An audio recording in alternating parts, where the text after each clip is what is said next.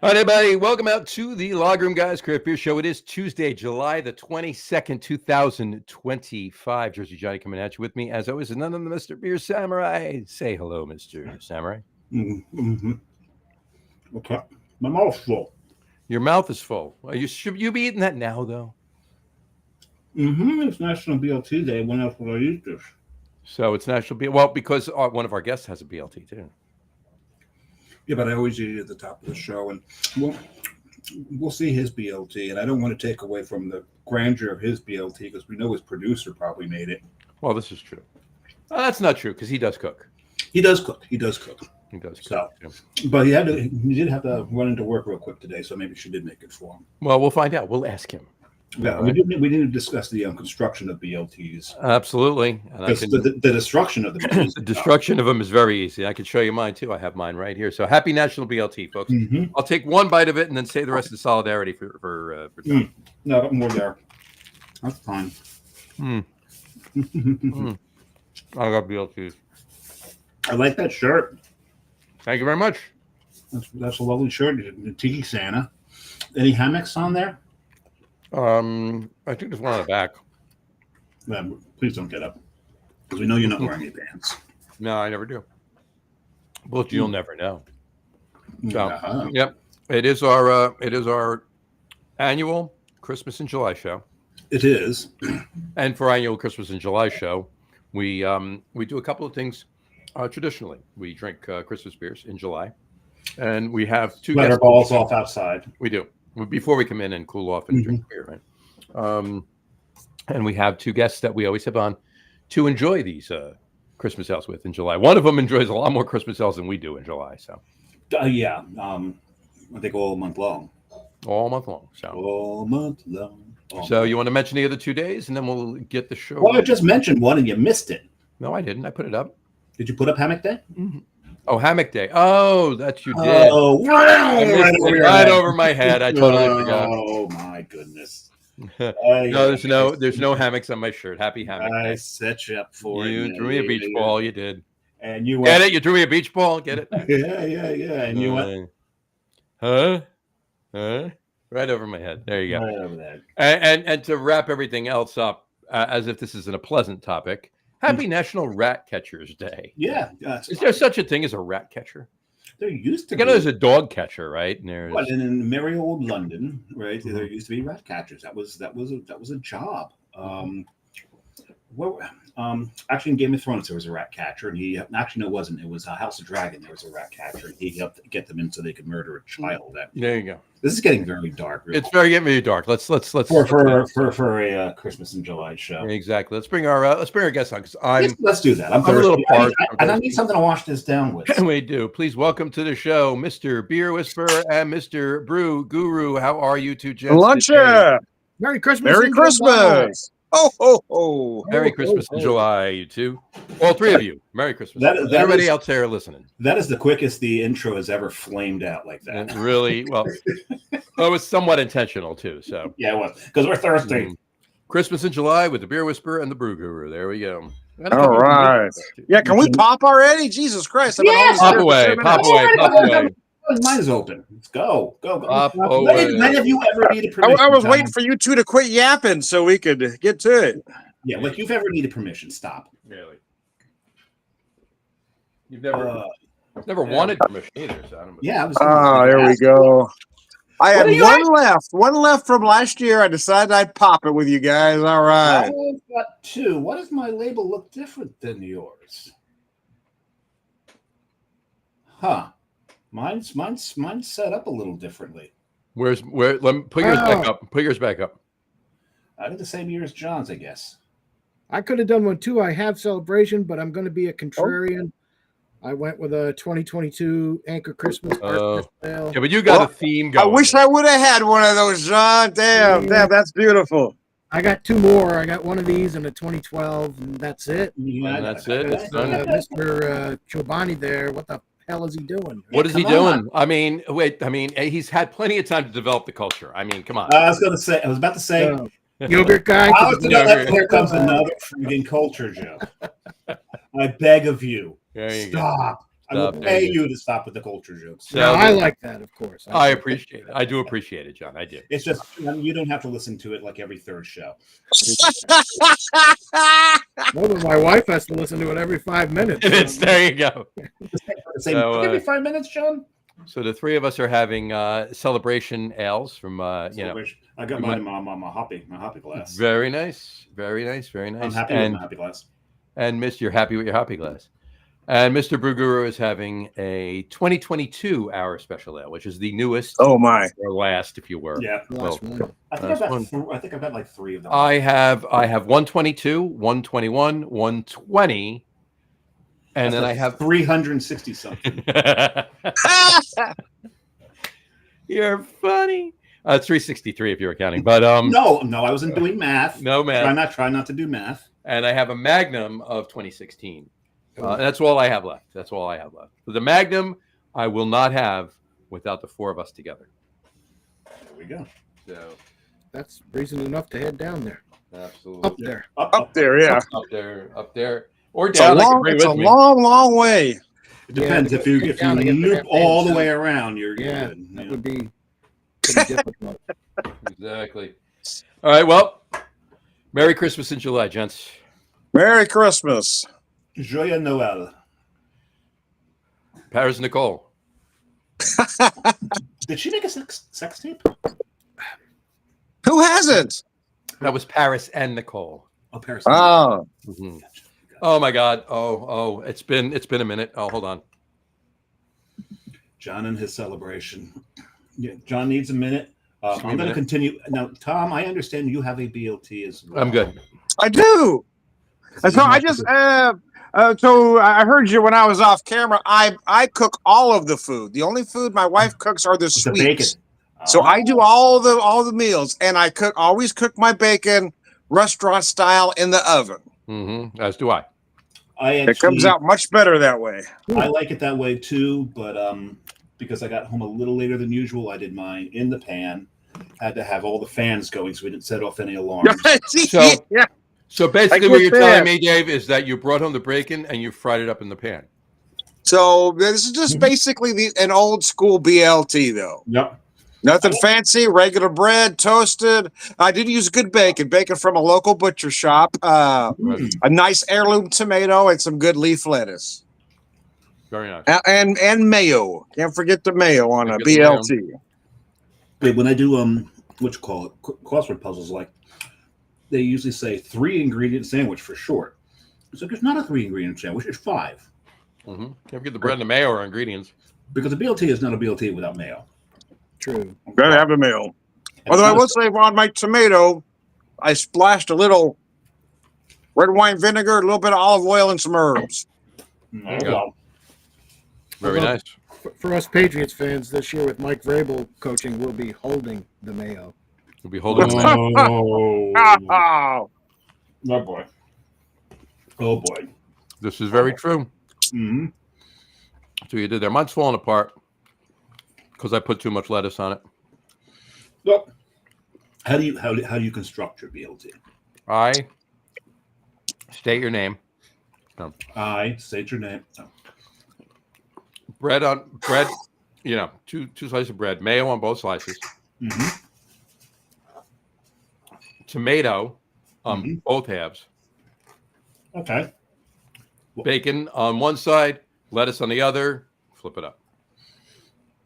I don't know if you can see mine there, but I put bacon on both sides, lettuce, tomato in the middle, so the tomato doesn't make your bread go soggy.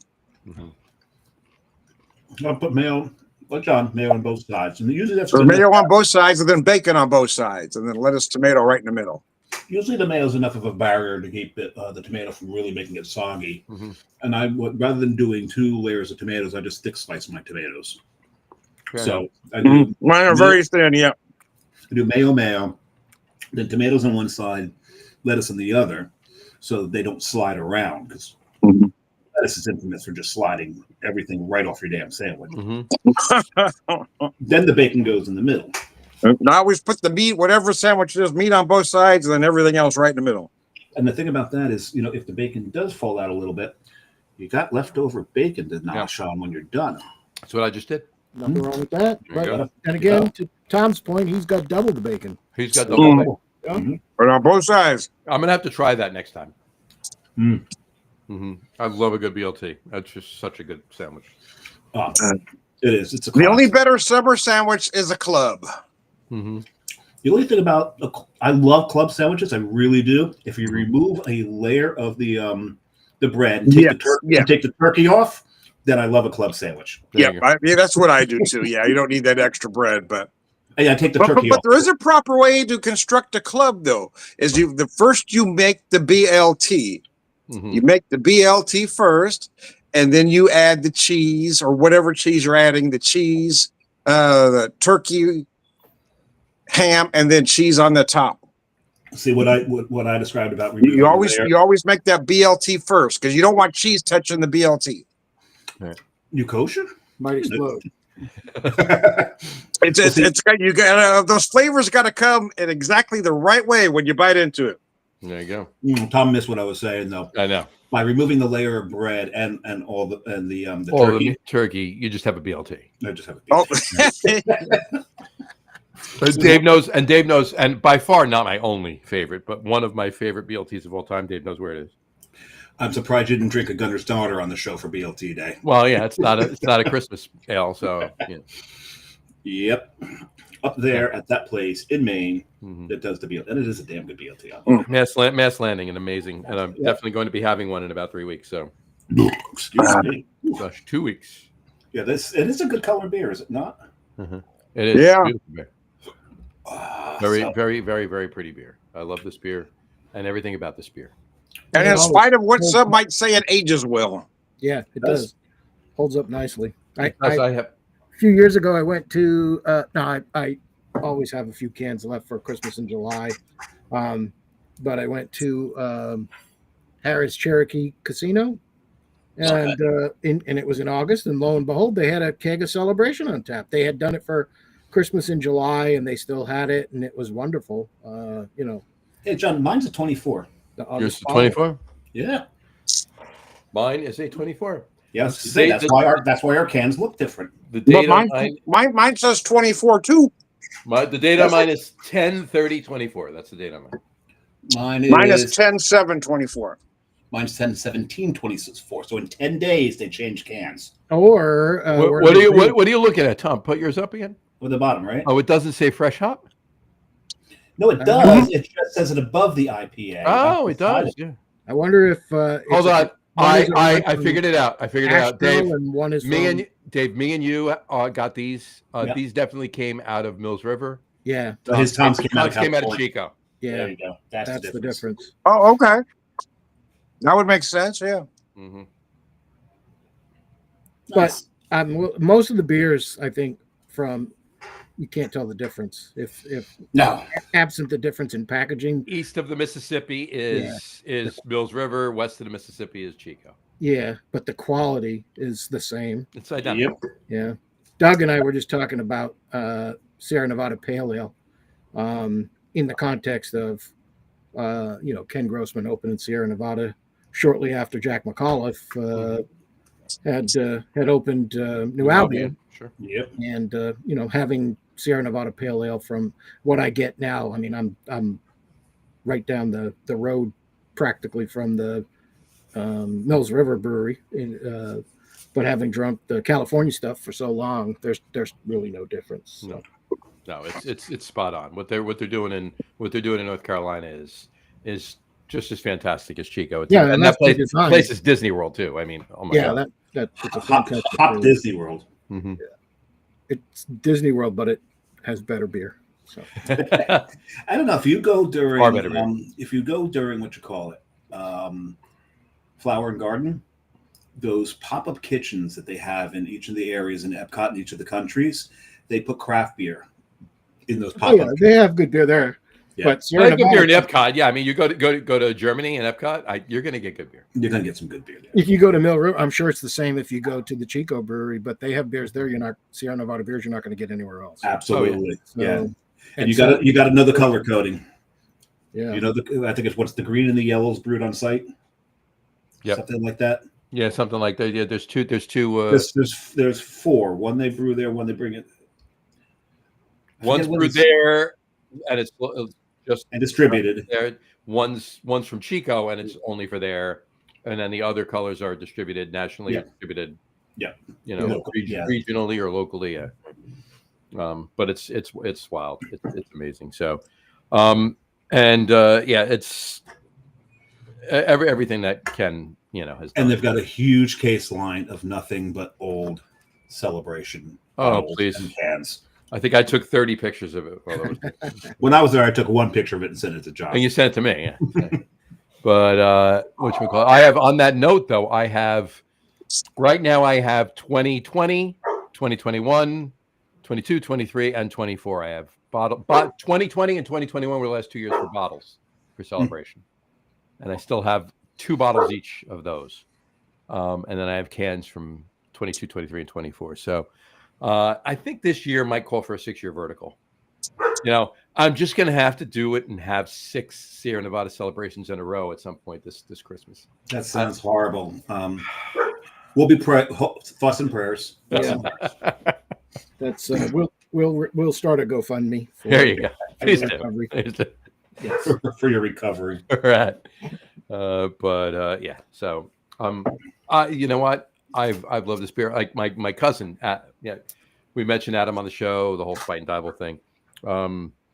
He brought to a Christmas. It was Christmas Eve at one of my aunt's house. He brought over. This was probably, I want to say 2009, maybe 2009.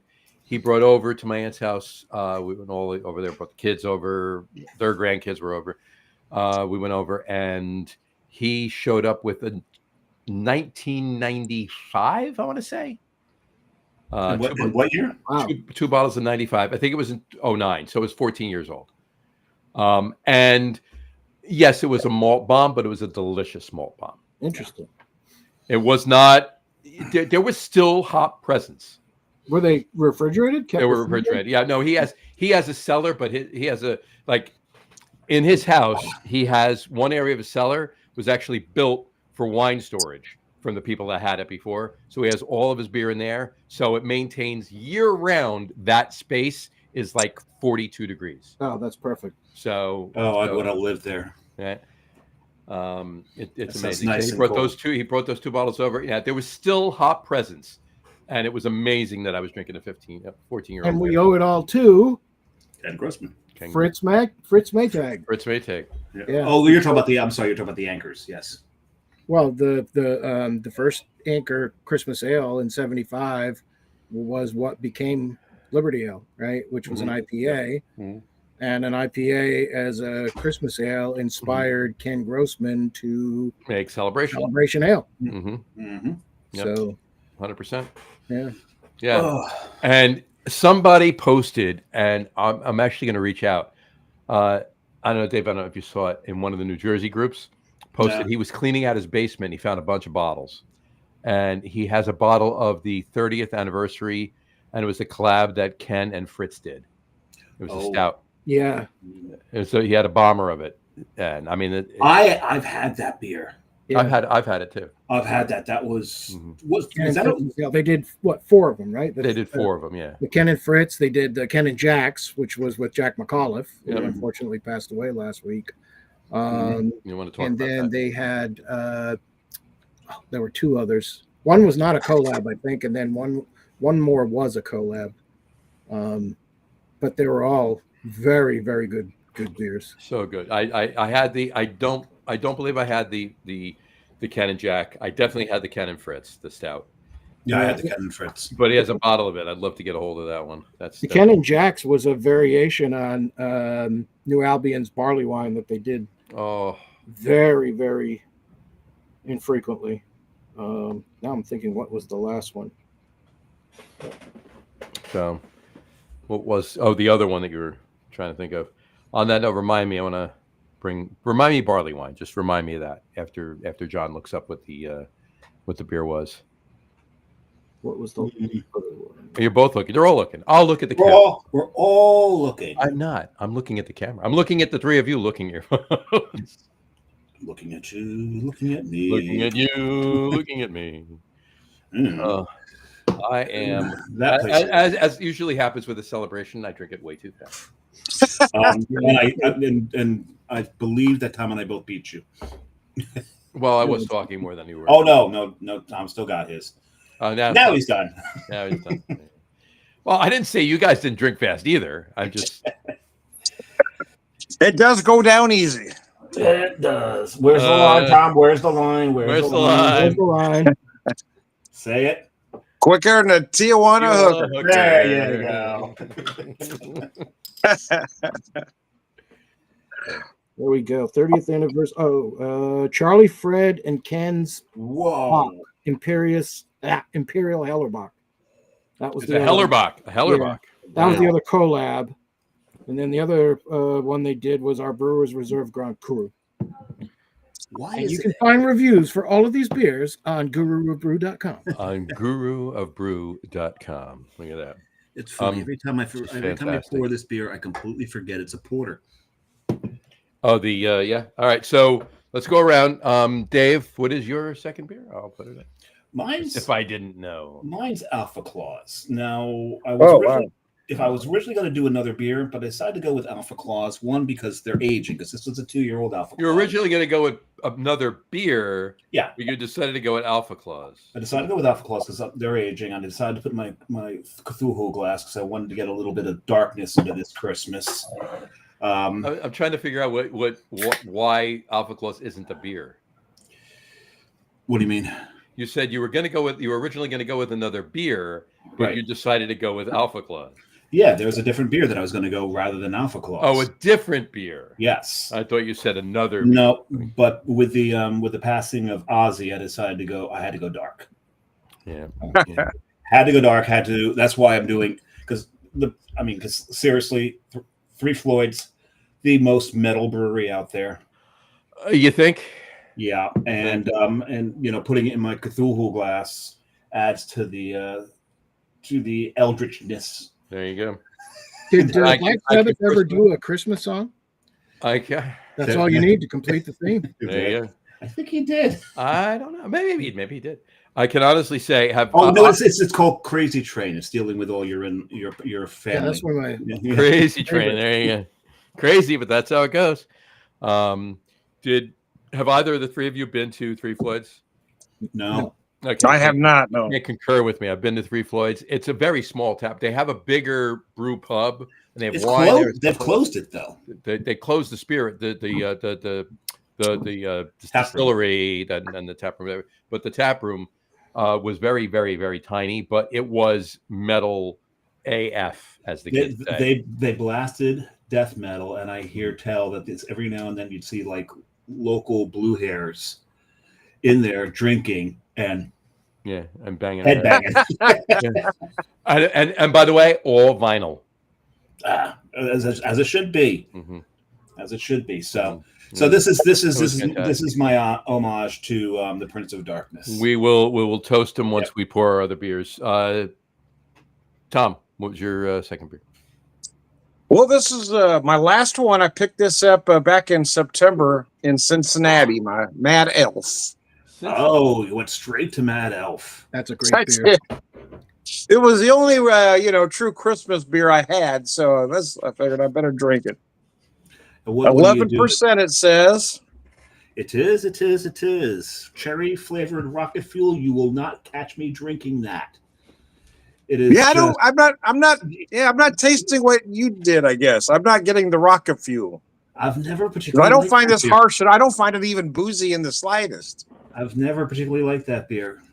So, Brew Guru, what are you drinking? Did you go to a second? I am drinking a Jekyll Redneck Christmas Stout. So, this became one of my favorite Christmas beers. It was brewed in Georgia. Unfortunately, the brewery closed this year. And they're now Hyde Brewing in its place. I'm sorry? It's Hyde Brewing in its place now, right? Yes. Jekyll and Hyde. Yeah. No, sorry. Robert Louis Stevenson. Had to go there. Yeah, but they it's just like a peppermint patty factory blew up in your mouth. It's just chocolate and peppermint, and it's just a really great beer. And it really shocked me and blindsided me because it became, as I said, it became one of my very favorite holiday ales when I moved down here. They had the brewery in Alpharetta, the original one. They opened an expansion in Woodstock, about 10 miles from my house, a few years ago, and they had a location in Florida, and they seemed to be doing really well. And next thing you know, they just closed all their locations like that. And I have a little bit more, and I guess that's going to be it, which is kind of sad. Kind of on a theme of Ghost of Christmas Past, that with this and the Anchor, two Christmas beers that from breweries that aren't with us anymore. And I was going to go with Ghost of Christmas Future. I couldn't get any of the beers. Yeah, they weren't available yet. Dave's on fire today. Actually, that's not exactly true. Some of them were available. Seasonal creep. Yes. Seasonal creep. Yeah. Well, yeah, they come out in August. So Tom, chug that beer. Okay, as you were saying, Mr. Staradumsky. What's in it for me if I chug it? No. A lot of laughs and hilarity. And what are the props? Because I'll do it. Don't do it. Don't do it. Anyway. Okay. My second beer, as if you didn't know, is from Mr. Samuel Adams, and it's Old Fezziwig. Oh, that's great. An Old Fezziwig. Wow. Fezziwig. That's a good one. That's a good one. It's a 2023 Old Fezziwig too. It's not even last year's. It's got a year and change on it. So it's I gotta say the alcohol. I better drink that other one quickly. It is starting to show its age. Because the thing is, this is a hopped porter, an aggressively hopped porter. Because Three Floyds does everything aggressive. This is so good. And it's also the malts are starting to degrade a little bit. Are they? Mm-hmm. Are you getting any off flavors or? Just a slight. I don't know if you know the flavor. I was terrorized with it when I was a child, but carob. Sure. It's starting to develop a carob note to it. Okay. And that's the first sign towards moving towards the licorice. Yeah, you carob usually leads the way into licorice. Yeah, so that's what I'm getting now. So I should probably not let that one sit too much longer before the last one I have before I open that. Have it by the end of the month. Maybe by the end of the show, we'll see. Maybe by the end of the show. So no. On the note of beers that are no longer made, and this isn't a holiday theme either, but we were talking about this. I was talking to somebody the other day about Victory. Right, we were speaking now. Victory with you mean the soccer movie with Stallone in goal? With Stallone and Pele and that one. No, not that one. Oh, not that. Where they had to break the goalie's arm so that Stallone could play goal. And Stallone actually, of course, made the game-winning save. Of course he did. Yeah, of course he did, because he's Pele. He retired and opened a brewery and changed his name to Pale Ale. But Pale Ale. It's a Brazilian lager. It's 10% ABV. We've got pun drunk on this show. We always do. We invited Staradumsky. What'd you expect? So he's anyway, the best. So we're talking about Victory Brewing.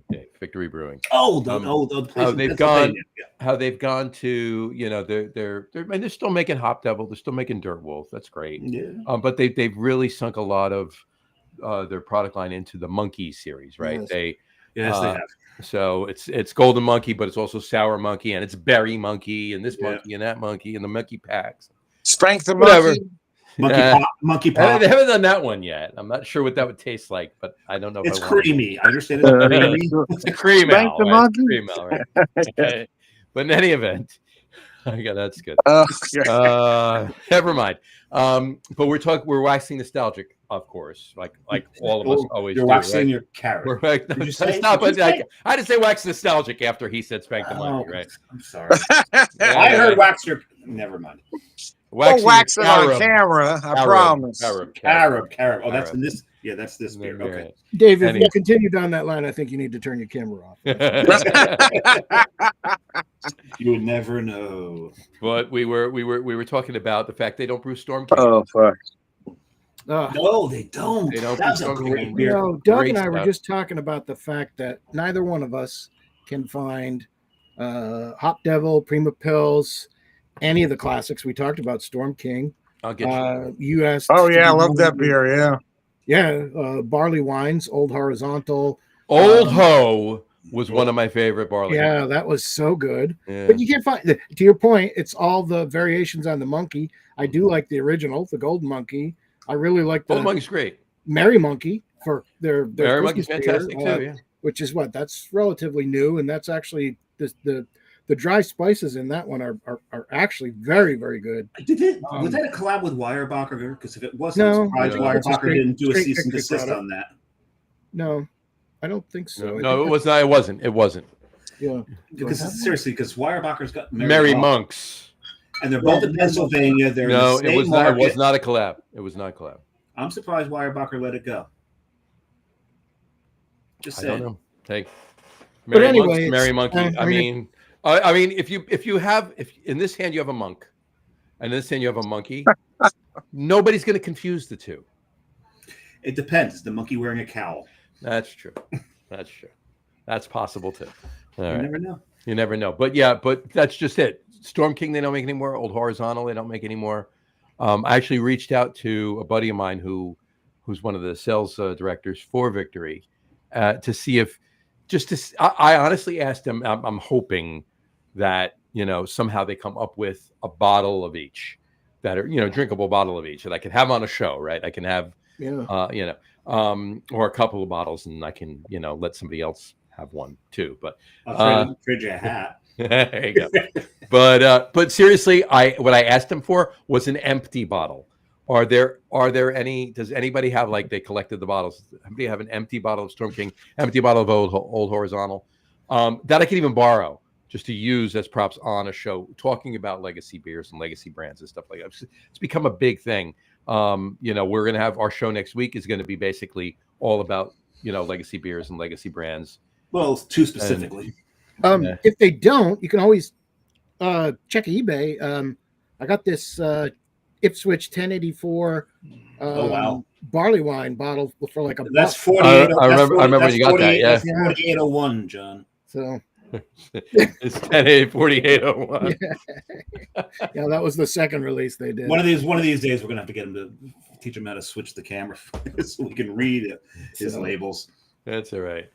Well, what's that? What's the license plate up there? It's 952 Rob, right? Yeah. Right. So anyway. It's actually really BDR 529. You guys know what that is? BDR 529. Yeah. BDR 529. What is that familiar? It's an Illinois plate. Another clue. Oh, Goes to are you wearing sunglasses? Is it dark? Yeah, there you go. It's night out. Half a pack of cigarettes. Half a pack of cigarettes. And It's dark. It's dark, and we're wearing dark. And we're wearing sunglasses. Blues Brothers. One of my favorite movies. Yeah, absolutely. But believe it or not, I'm one of like maybe 5 people that read the book. Oh, really? Very good. Yes. I didn't read the book. I actually read. I'll admit I've seen the movie about 350,000 times, but I never read the book. So. Dave, I didn't even know there was a book, but I've seen the movie. Neither did I. That's me, you, my best buddy Dave in Rhode Island, and 2 other people who we don't know who they are. So now I will tell you this: Blues Brothers, I've seen, like I said, about 350,000 times. I may be exaggerating a little bit, but not much. Blues Brothers 2000, I saw once. Yeah. I've seen it a couple of times. There's a few scenes that I absolutely love. There's a few scenes that are really fun. My favorite is when there's actually good music in that one, though. Yeah, because John Damon is not singing. It's pretty good. If he's doing backgrounds, when Erykah Badu turns them into zombies. Zombies, yeah. And they do funky Nassau. That's one of the best. And you got Coco Taylor singing backup. Yeah. Seriously, Coco Taylor singing backup? I've seen it more than once. I was being sarcastic, but my point is, it's nowhere near as good as the first. No. And a little trivia: do you know what blues artist that John Belushi patterned his patter after?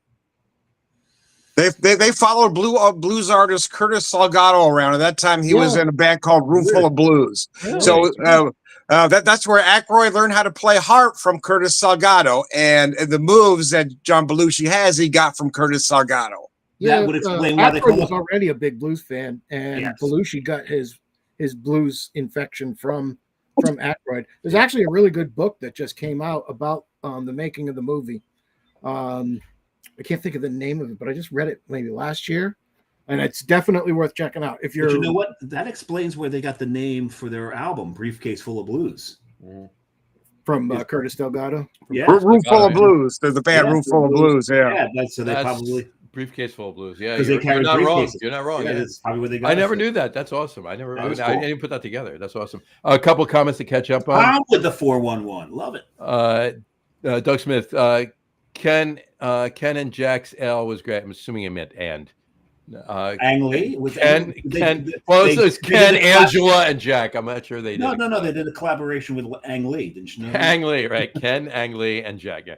Ken that was the action ale. Right. Yeah. It was high ABV porter, barley wine, called Old Toe Sucker, and made for their summer solstice. Old Toe Sucker. Old Toe Sucker. There you go. Rest in peace, Jack. Cheers to New Albion. You know what? Let's take this time to cheers Jack McAuliffe. Rest easy, my friend. Thank you for everything you did for. He paved the way for everybody else to do what they do. I think it's hard to. So Jack and Fritz, I think, are inseparable. If you're gonna discuss the pioneers, they just were two very different origins, right? Because but they both they both brewed really fantastic. He did fix it. I didn't see it. Ken and Jack. But Fritz bought Anchor, which was an established brewery, had been around since 1896. Ass's daddy. Mm-hmm. But they weren't really. But he went to his father with a business model, impressed his father, and his father went and got the money. Let's do it. And I think his father was, hey, he wants to do something, and I'm going to get him the fuck out of the house. So he bought it, right? So I think his grandfather actually started the washing machine business, and his father started the cheese business, so with the Maytag Blue. Right. But everybody associates the appliance company with that cheese. No, they don't. But it is. Well, it's the only way you get those stains out. You drop that cheese and soda, baby. You got to use the Maytag. You got to use the Maytag to get them out. You need a high-powered washing machine to get that shit out. Your laundry's a little funky. One that never needs repairs. Let's make them sense. And if it does, you call Gordon Jump. There you go. That's right. But anyway, God is my witness. It was very different from what Jack did. So Fritz bought a brewery. The steam was unique, and he knew it, and it was local, and he knew it. And he built it into something, and he added other beers like they had an Old Foghorn, and Foghorn was amazing. I love Old Foghorn. Yeah, Anchor, and eventually I found one more. I have one more Anchor Porter. I found it, a bottle of it in the back of my beer fridge. I have one bottle of Anchor Porter. I actually found a bottle of Anchor Steam with the old label. With the old label? Yeah. That's gotta be about 5 years old. 6 Yeah, years in the old, back of my beer fridge, and I think I have one Liberty Ale that's a couple years old. But what Ken did what Jack did was completely different, because he started from scratch and built a brewery. He did a small brewery, so that's microbrewery. Really, he is. I mean, he is the father of the microbreweries. Yes, he is. So. And kudos to and it's a while ago now. What is it? Probably 12 more than that years ago that Jim Cook when he did the new Albion Ale, the release. 2012, 2013, 2013. Yeah, 2013. Yeah. That was good. It was insanely good. I love that beer. Well, Jack was involved in brewing it, and they used the original recipe for New Albion Ale, so it was pretty authentic, and I think it was great. Jim Cook, kudos to him, because after he revived the brand, he gave all the proceeds from the sale of New Albion Ale that Boston Beer brewed and distributed to McAuliffe. Yep. And then he gave the brand back to him. And of course, McAuliffe gave it to his daughter. Yeah. She's the one that made the press release last week, too. Yeah, she was. Yes. Yeah. That was a very touching press release. I just what I loved was the celebratory note of it, rather than it being depressing, being sad. She celebrated his life and his accomplishments. Yeah, I mean, it was very uplifting. He did live a full life, 80 years old. He mentioned that, he couldn't. Obviously, the brewery was opened in 76, closed in 82. So didn't last quite as long as I think he wanted. He didn't make the return on his investment that I think he wanted, but not because the beer wasn't selling. The beer was selling. It was just he couldn't get additional investment because people were like, "You want us to put money into a small brewery?" Right? I mean, it was nobody was doing it. At that point, everybody's frame of reference for a brewery is this big, massive warehouse. Yeah, exactly. And at the time, everybody was putting their money in T-bills because in the late 70s we had hyperinflation and we just had come out of Gerald Ford and his whip inflation now win buttons and all that. So interest rates were really high because the Fed was trying to kill inflation. And so you could buy it. Why would you put money into a brewery and risk your money when you could get a really good return just by buying a government bond? Right. So it wasn't. It had to be an investment of love and desire, rather than an investment of I need to make more money from my investment. And that's what it was. But he succeeded. Although the brewery closed in 82, how many microbreweries opened? Which eventually became what we call today craft breweries, right? Mm-hmm. At the time, a microbrewery was 15,000. It was microbrewery then. Yeah, and that term went away, and we call them craft breweries today because it was at the time it was judged by size. Now it's quality of the beer, right? But we all owe it all to Jack. Quality of the ingredients of the beer. I would quality of the ingredients and sometimes what comes out the other end. Yeah. When are we talking about? Dave. Usually, not all the time. You're partly right, but usually the quality ingredients lends to the quality of the beer. Yeah. And if anybody wants to argue with me, I'll send them some meal tears. Well, another thing he did though, and this is something else he learned from Maytag, was that he was one of the pioneers of Cascade hops. So he brewed his beers with Cascades because they were cheaper and readily available on the West Coast. They were domestic, and Maytag was using them. He used them in the '75 Christmas Ale. Again, that became Liberty Ale, and he used them. Liberty Ale was brewed and dry hop with Cascades, and he used them liberally. He liberally and literally. Oh my God! Liberty. I might have to start drinking whiskey because you guys are a lot funnier when I'm drunk. Delivered to the brewery in the finest livery. Did I ever tell you I love a good fresh hop beer? Beautiful. Now, Tom, you were trying to get a word in edgewise about when we were talking about. No, I do. I remember a little bit about it at the time, but the big guys really went out of their way to crush him to make sure he couldn't get distribution. And it made him difficult to get the beer out. Nothing is. But since then, I mean, the craft breweries that came after, or microbreweries that came after, picked up what they did to him and learned the lessons, and were able to thrive. And we have the craft beer community now because of what Jack started. This is what Jack started. 100%. You're absolutely right.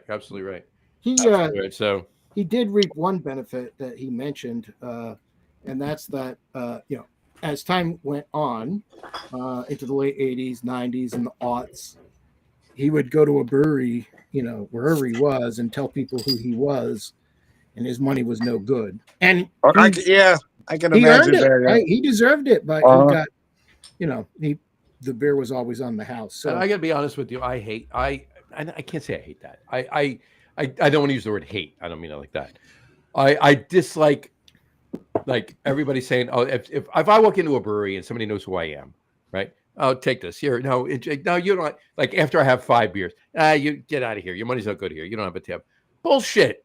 You paid for the beer. Let me give you money. You've heard me say Yeah, this. no, I hear you. But you've heard me say this show many times that same way, but I think for him it's different, right? Because he's one of the ones that can back it up. And yeah, I think that, I mean, the brewery but he was also struggling financially. So yeah, he invested at the time. He invested. I think, not that John's not, but he invested thousands of dollars, and I mean, he got his money back, but he never made a substantial return. But all of the breweries that are around today are here because of his initial. And he worked long hours. He busted his butt. He built again.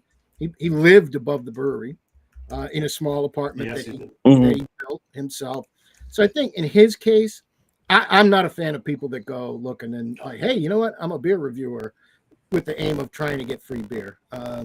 I've never done. The only time I ever did anything close to that, I went to Summit's Wayside Tavern one time. This was when shortly after I moved down to Georgia, and I had written a review of their Summit's Wayside Ale, and they printed out copies of the review and hung it in a huge circle all around the bar.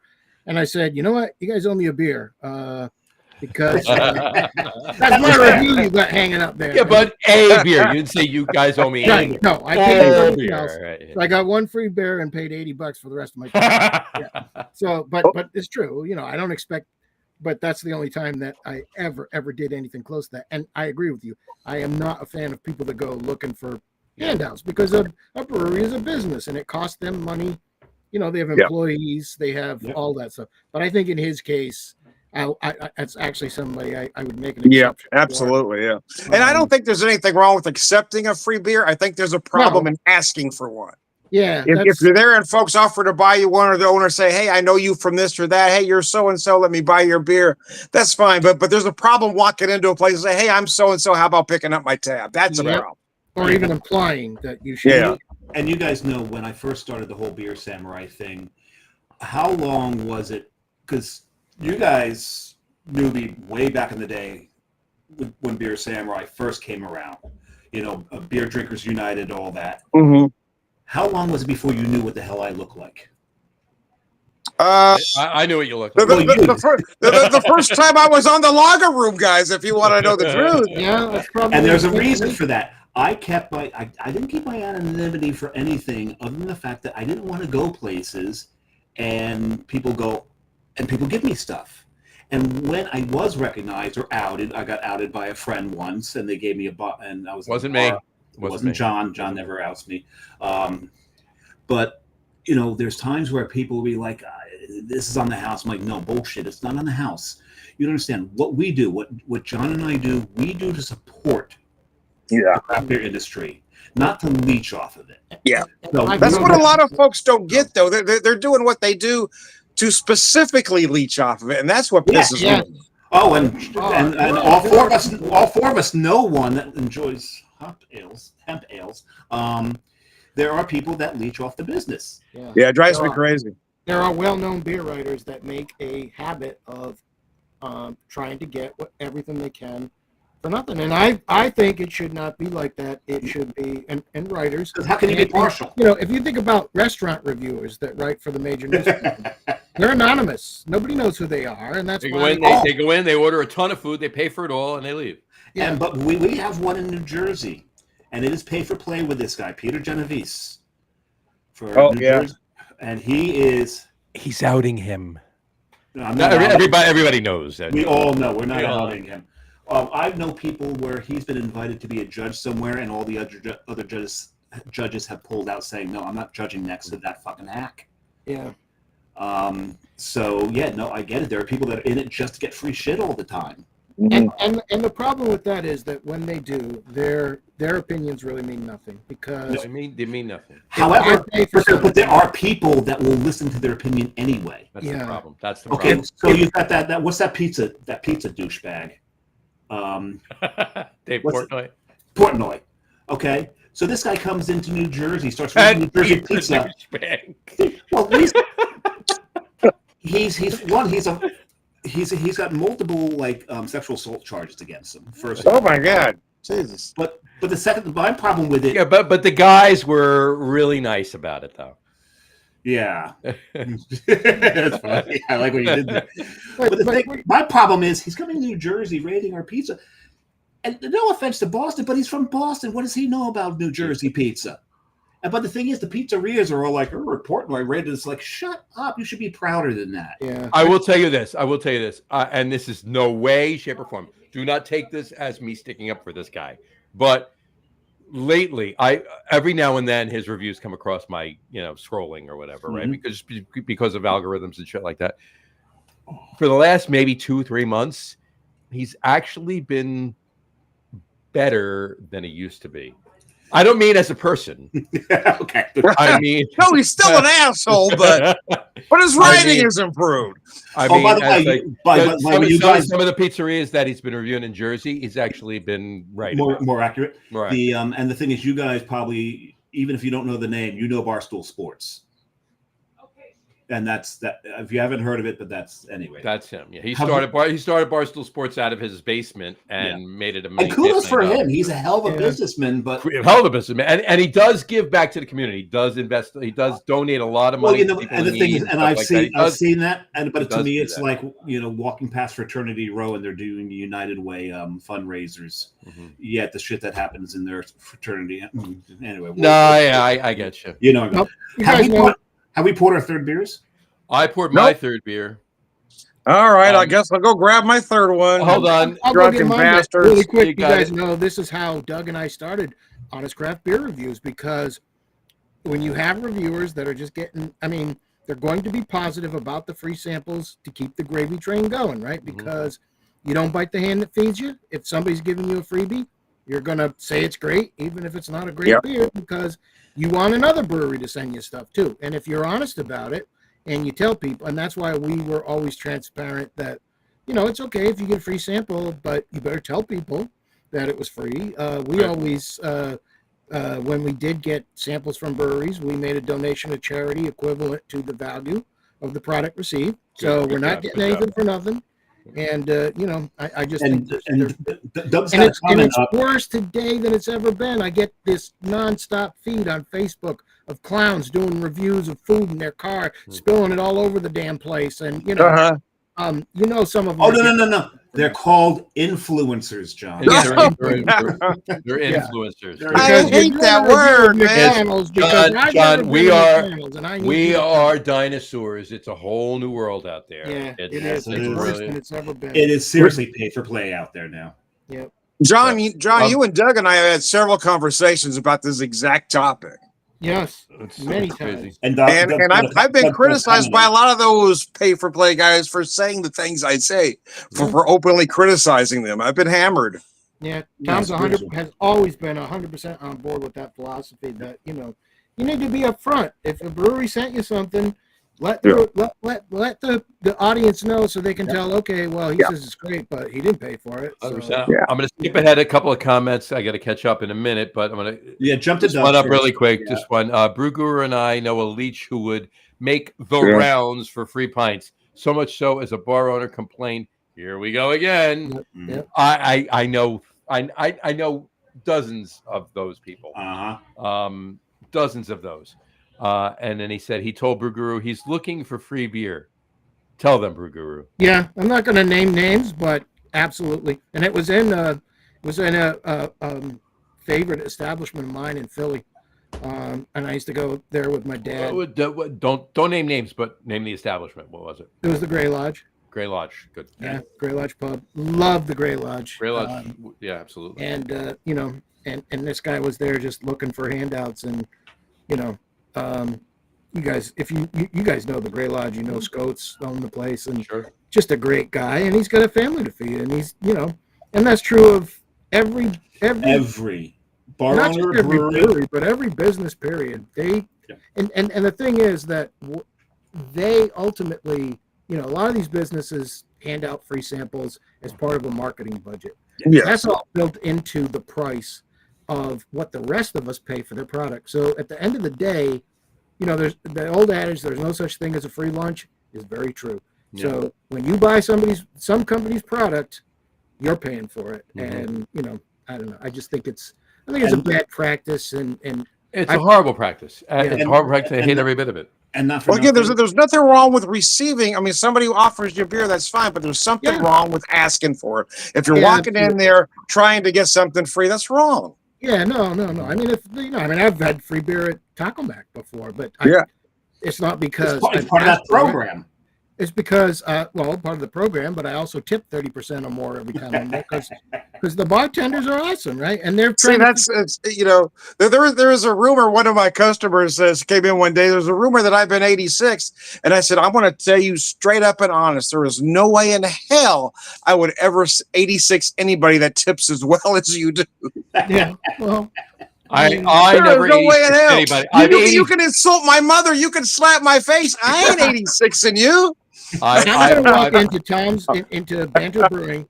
I'm gonna punch Tom in the face and give him a 30% tip, and he's gonna say, "You are not getting 86." But I've never 86. I've never 86. I mean, anyway. it's all. I've 85 to a few people, but I've never 86. That's an 86 with one finger. No, never mind. Tip stands for to ensure prompt service. So if the service, but I always get great service, and I know the kids. I've been going there a long time, and some of them aren't even kids anymore, right? And so I know what they're trying to feed their family just like everybody else. There are people care me. So there are people out there that if they get less than stellar service, I won't even say horrible service, they'll get less than stellar service, they won't tip. Here's my if you're amazing, you're getting 30%. Yeah. All right. If you're adequate, you're getting 20%. Yeah. I start at 20. If you're breweries, I start at 25 and then work down depending on what's going on. If you're horrible, but you there were extenuating circumstances, I could tell there were other reasons why it was bad that day, you're getting 15%. Yeah. If you're just garbage shit, you are the worst, you should not be in this line of work, you're still getting 10 or 12%. There's only one time that I actually I'm never not tipping somebody. There's only one time I didn't tip somebody. And you know why? Yeah. Because it was so bad, and I don't care. I don't care what's going on. You're a representative of the establishment you work for. Mm-hmm. They came out and they started, to me, blaming the kitchen for everything. That's what I'm talking about. Blame everybody else. You are horrible. You can tell. You can see right through people, right? Yeah. I'm in the industry. If you make a mistake, own the mistake. Hey, I poured this wrong. Even if it's not your mistake, you represent the establishment. So you own it. You eat it. Don't blame anybody else. You eat it. You eat it for them. And if you come out and you apologize, say, don't blame the kitchen, don't have an attitude. Say, hey, look, we're having a rough night tonight, blah, blah, blah. We're going to comp this, blah, blah, blah. Fine. You're going to get a good tip. You're still then your 15 just went back up to 20 or 25. Yeah, exactly. Own it. Yep. Own it. But, absolutely. I'm going to throw, before I put up the other comments, really. Oh, Doug, I'll just finish it up. Doug just said, nothing wrong with being comped from time to time, but if you have your hand out looking for freebies, I'm sorry, that's taking advantage in my book. It is. He's absolutely 100%. 100%. If you walk into a place looking for something free, that's a problem. 100%. This is why my face never appeared on the Beer Samurai page, because I didn't want that. Yeah, I didn't want it. I didn't want people. Nothing to do with anonymity. I did not want handouts. We just went and got you beer. That's nice. Yeah. Yeah, we just went up and got you beer. For you. Yeah, so you got your free beer. It just wasn't from the bar. My face has that effect anyway, because I walk in a bar and they give me a free beer and say, "Drink it and get the hell out of here." Apologies to your mother. Here you go. Yeah. So sorry about that. I'm going to throw up. I'm not going to throw up yet. I'm going to put up my third beer that I opened. I'm almost half done with, and I'm going to make John jealous a little bit. There you go. Harpoon. Oh my! I've had that once many years ago. Yeah. Once. Many years. Many times every year. It's not available. I don't live on the East Coast, man. I'm your Midwest friend. If only you had friends on the East Coast that could get you some. If only I had friends anywhere. Luckily, we do get it in Georgia. This is my third. I'm gonna go grab mine real quick. That's nice. It's very nice. Very nice. And this is the one I said I would have in proper glassware. I don't know. I literally, you held that up. I literally thought they were like sprinkled rainbow jimmies on top of. Or many of us call them sprinkles. What a lot of people I said both. Who doesn't say jimmies besides everybody? most people do. What's interesting is a lot of people don't realize that there are different gnomes and they have different names. They do. Each beer has its own gnome, and each gnome has its name. This one, I don't know the name of this one, but Marcel is the one that's the subject of this glassware. It says, where is Marcel? I don't know what the gnome is for. Nice Schoof or Nice Schoof or I would like to say one last thing on the last topic we were talking about, though. Since I've been working in the craft beer industry as a bartender specifically, whenever I go out anywhere, I make sure I keep cash. So if I pay the check with the card, my tip is always cash. So that server, that bartender can do whatever the hell they want. They want to claim it, fine. They don't. Hey, I don't give. This is for you. You share or don't share. I don't give a rat's ass. I always forget to have cash on me. When I do, I tip in cash. Always. Rare occasions. If I'm going out and I know there's a tip coming, whether it's at a bar, restaurant, whatever, I always have cash on me. Strip bar, hooker, yeah. Whatever, of course. What are you going to do? Swipe a card for a tip? Never mind. Well, my last one. My third one, I should say. So it's funny. I've got this is the 2023 Zari Bon Zari Night, a bourbon barrel aged Russian Imperial style with cocoa nibs and espresso. How that one holds comes out on Black Friday every year. You got it as 24, John. He just said. Yeah, no, I did. He told me different before, or I didn't give you a year. Maybe you didn't. Maybe I just assumed it. But either way, 23. My bad. I corrected it. There you go, John. It may have been my error. I wasn't drinking at the time. I could have made a mistake. Either way, it's corrected. There you go. Yeah, you know what? Don't talk to Tom sober. It's not worth it. No, it's terrible. I'm an asshole sober. That's why I drink most of the time. Oh, so you're anti-Irish. Did he just say his asshole is sober? Is that what it's the only part of him that might be. Yeah. Well, sometimes I just rub it in, and I just sit down in a tub of vodka so it all evens out. Who just said pucker up, Buttercup? Oh my God! We've got a Gnipper Schreppers 11.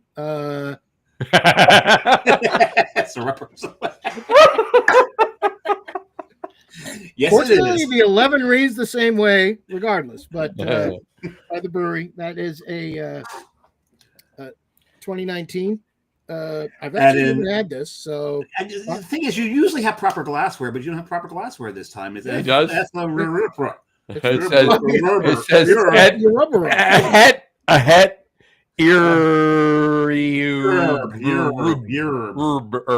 Tell them to go fuck themselves, John. I can read it. Well, your eyes have been backwards for years, Tom. Right. Objects and mirror may be closer than that. Closer. The glass matches the label, so it's a glass match. That's also true. This is true. But, it's a Scotch ale with holiday spice, and of course, the brewery releases one of these every year. This was the last release of this particular one, and we were seeing them in Georgia. I haven't seen them in a few years now. Oh, fucking different. But I have a bottle of this. Oh my God! Partridge in the Pear Tree. Oh That's man, the first one, right? That's the first one. It's the first one. Yeah, that's very good. It's a quad. It's very good. Yeah. So I'm sitting on that. I'll have that this year. I think the only one I have, other than this one, the only one I have left is the 12 Drummers Drumming, and I've never had that before either. So I've had that once. I really love that beer. Yeah. Every beer in that series is really good. That was the first one I actually had in that series. Yeah, they sell. The brewery will sell you. The problem is they don't ship to Georgia, but you can buy like half bottles, like 375s of the entire line, bourbon barrel aged. Oh wow! I need a proxy. Anybody out there? It's like $250, but yeah. Oh gosh, I don't care. Dave, we have a proxy. His name is Ryan Dorchak. Oh, this is true. I forgot. I haven't.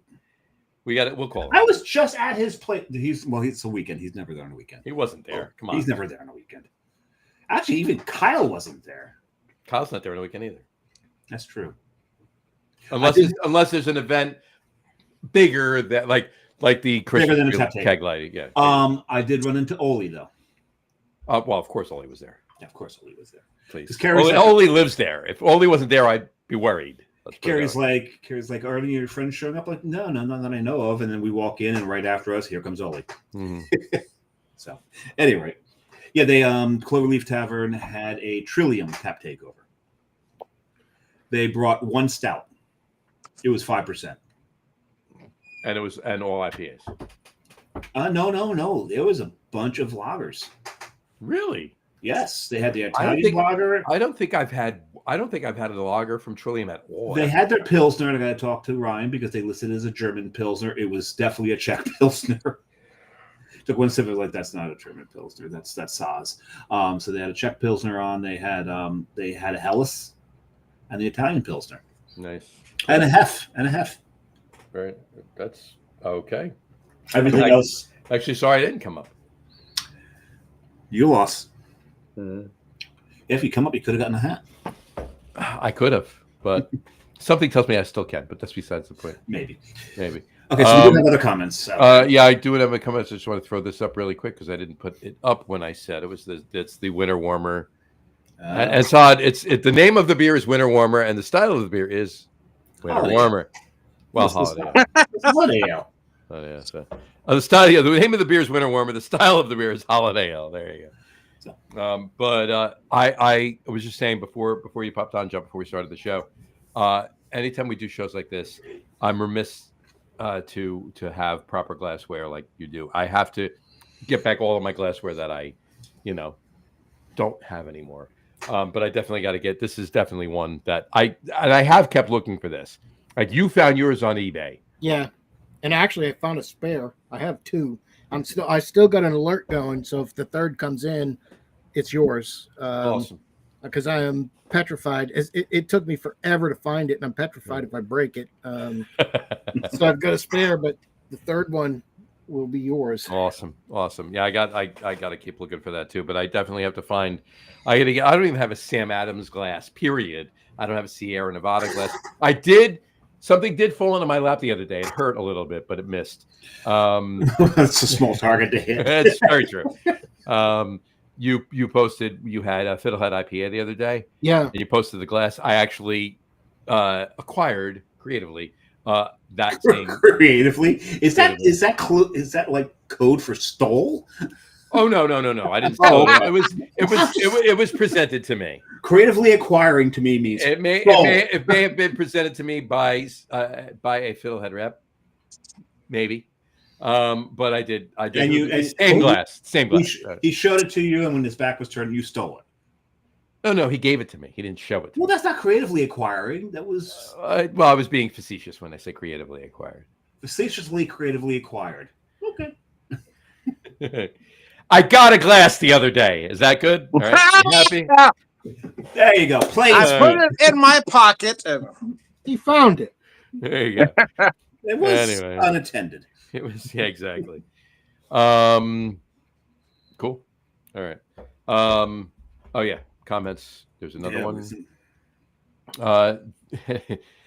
Doug said this guy Bruguru mentions is a freeloading bum. All in capitals. Bum is in capitals. Yeah. And he said, "How was the hair of the dog beers? You paid a fortune." Okay, we did not pay a fortune for the hair of the dog beers. We paid a fortune for the shipping. the beers themselves.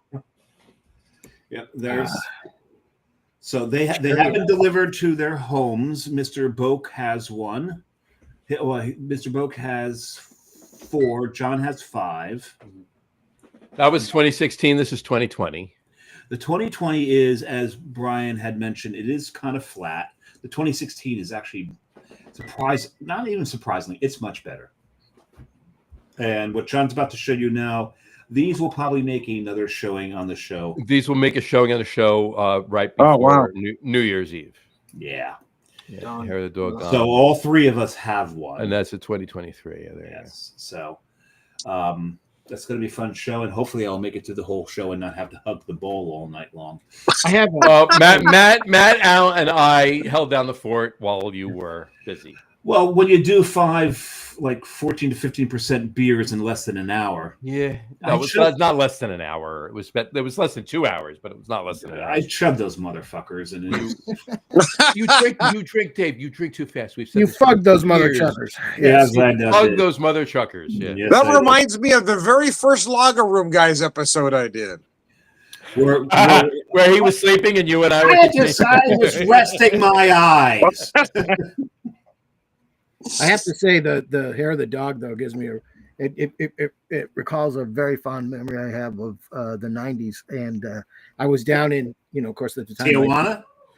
No, better Maple Shade, New Jersey. I wouldn't call that better. Have you ever been to Tijuana?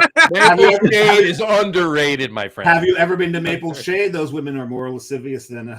Yeah, that's right. Well, at the time, my dad lived in Maple Shade, and of course, oh god, I was down visiting from Rhode Island, and fairly early beer drinking days for me. I started early 80s, so I was not a novice, but they had all these great beers that I couldn't get back in Rhode Island.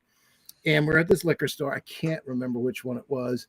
And anyway, they had Hair of the Dog, and I just filled my cart with Fred and Adam and everything I could find, and all these other great. Fred was a great beer. I loved Fred. Fred was a great beer. Philly, New Jersey beers. And my dad just, I had my kids with me and everything.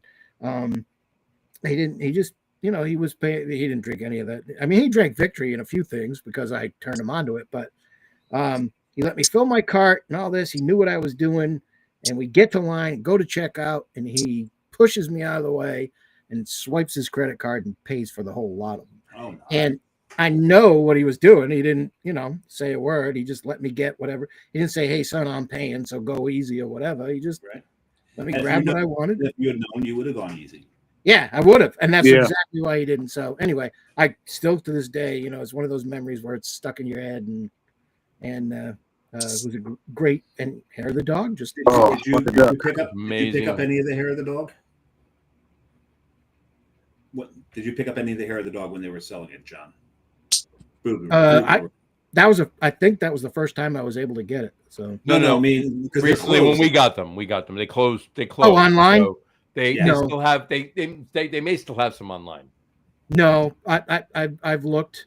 I need to get some, but I haven't bought any from them. I can't say that I have. Yeah, and Doug actually finished up that by saying Cherry from the Wood and Don Barley wine. Yeah. The ones we Fred was a good beer too, though. I did enjoy Fred. There's no Fred available though.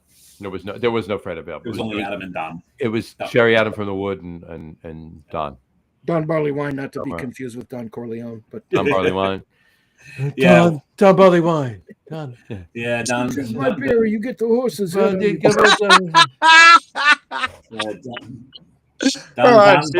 Barley Wine will make you an offer. Make him an offer he can unscrew. Oh no, I'll be definitely unscrewing that at some point. There's a screw top. That's something you can't do with a child. Yeah. That's the thing. Difference between a pregnant woman and a light bulb. You can't unscrew a pregnant. You can unscrew a light bulb. There you go. That's from My Blue Heaven. It is from My Blue Heaven. You have any arugula? Arugula. It's a vegetable. It's a vegetable. Vegetable. You shouldn't be here. You could milk all this stuff. Great movie. There you go. I will put this back up too. He said, Doug Smith said, rest in peace, Ozzy. Been to Floyd, Johnny. Great place. F cubed. Been to 3 Floyds, Johnny. Yes. Doug. Yeah, it is a great place. I stayed there probably longer than I should have for the amount of beers that they had on tap at the time, but it was fantastic. And to raise a glass really quick to the Prince of Darkness. Just very I asked Johnny earlier if it'd be okay if we toasted the Prince of Darkness on a Christmas show. I didn't. Absolutely. And the local guy yesterday. Well, who did do that? Yeah, Malcolm Jamal Warner. He was only 54. Yeah, that was terrible. What was that? He drowned. That was insane. But you know how I found out about Ozzy? You know who texted me about Ozzy? My 21-year-old son texted me. Oh, really? Wow. He's got the most broad range of music taste that There you go. Yeah. I'm so proud of him. As a lot of posts that got posted after the news broke, he's home with his mama. Yeah. He came home. Coming home. There you go. On a crazy train. Mm-hmm. Well, I tell you what, I do remember when that Blizzard of Oz album came out. But I grew up in Southern California. Randy Rhoads was known as kind of a local legend already. And when that album came out, it was, oh my God, it was just insane. Well, when Mama I'm Coming Home came out, when the video came out, I grew up in Jackson, New Jersey. And in Jackson, New Jersey, we had this guy, Jeff Wineland, who was a local legend, phenomenal guitar player. Most of the world knows him as Zach Wild. And I graduated with Zach. And when they did Mama I'm Coming Home, when the video came out and launched, that was the first video from that album. Mm-hmm. And you've got Zach, and he's sitting there, and his hair's over his face, and you can't really see. We're like, oh, that's really cool. That's Jeff. That's amazing. And then finally, he throws all the hair back, and we all went, oh my God, it's fucking Jeff. You actually can see his face. So, and I remember I saw him and his girlfriend in a local mall, and I said, how's things going? He goes, oh, I just got a new gig. His girlfriend's like, tell him who with. He's like, I'm gonna be lead guitar for Ozzy. What? So that was kind of really cool. But Ozzy, I think Ozzy was like one of the more misunderstood. Everyone thought he was a Satanist. They thought he was evil, and it's just, you didn't listen to the lyrics. You didn't understand. No, they didn't. You know, you heard these themes, and it's like, no, he's anti-war, he's anti-Satan, he's anti-suicide, anti-suicide. All these messages that are in there, you've got it all backwards. Come on, Tipper, listen. Well, the thing is, if you look at Ozzy's guitar player, starting with Randy Rhoads, he plucked the best from local areas. I mean, he wasn't looking for people that were already famous. I mean, he grabbed Randy Rhoads from Quiet Riot before they had an album deal. I mean, he picked these guys for a reason. Yeah, it was weird about that is Randy Rhoads was with Quiet Riot. Ozzy was with Black Sabbath. I saw Black Sabbath open. I saw Quiet Riot open for Black Sabbath. Of course, not with Ozzy or Randy Rhoads, but although I bet Carlos Cavazo back then on guitar. Right, on in Quiet Riot, yeah. But in see, I know stuff. You do know stuff. You do know stuff. Tom knows he knows a thing or two. But the lead singer at the time for Black Sabbath was pretty cool. Yeah. Is that when Bev Bevan from ELO was the drummer? I'm not shitting you. Bev Bevan was the drummer for Black Sabbath. But it wasn't. Yep. Yeah. And people were like, the drummer from ELO? Really? The violin band? Yep. Bevan was their drummer for. He was a great drummer. There's no doubt about that. There were a lot of different musicians in different genres or whatever that jumped around, and like Ozzy just knew talent. Ozzy, look, hey, he did. They loved the Beatles. So, and the best part about Ozzy, it was much easier to understand when he sung rather than when he spoke. Oh yeah. So, I mean, all you had to do was watch one episode of The Osbournes. And you knew that, and realize that he's actually not the crazy one in the family. No. So, cheers, Ozzy. Cheers, Ozzy. There you go. All right. God, he's only 76 too, man. Damn. 76. There you go. And I would be remiss if I didn't throw this comment back up. Doug Smith earlier said, "Mad Elf and the Grand Crew on top at the brewery for Christmas in July." You said top. On tap. I didn't say top. I said tap. You said tap. At the brewery for Christmas in July. Great stuff. And then Brian Boak did comment. He said, "Sorry, can't drink with you. Paying a Shiva call." Oh, I didn't know you knew Ozzy that well. Right. I was waiting for that comment. That's why I put that comment up. So sad. Yes. Yeah. The whole metal world is in mourning right now. Cheers to wherever you are. So, Brian, thank you. So I did open my fourth. What is your fourth? Oh, God. I'm opening my fourth right now. So my fourth, I don't know if anybody's. John's got another pour out of his third. I'm not sure if anyone's heard of this one. You said you don't drink that stuff. I was setting you up, Tom. I thought you did drink that. See, now I wish I'd have chugged mine. Now I didn't. Then you would have had to chug yours. See?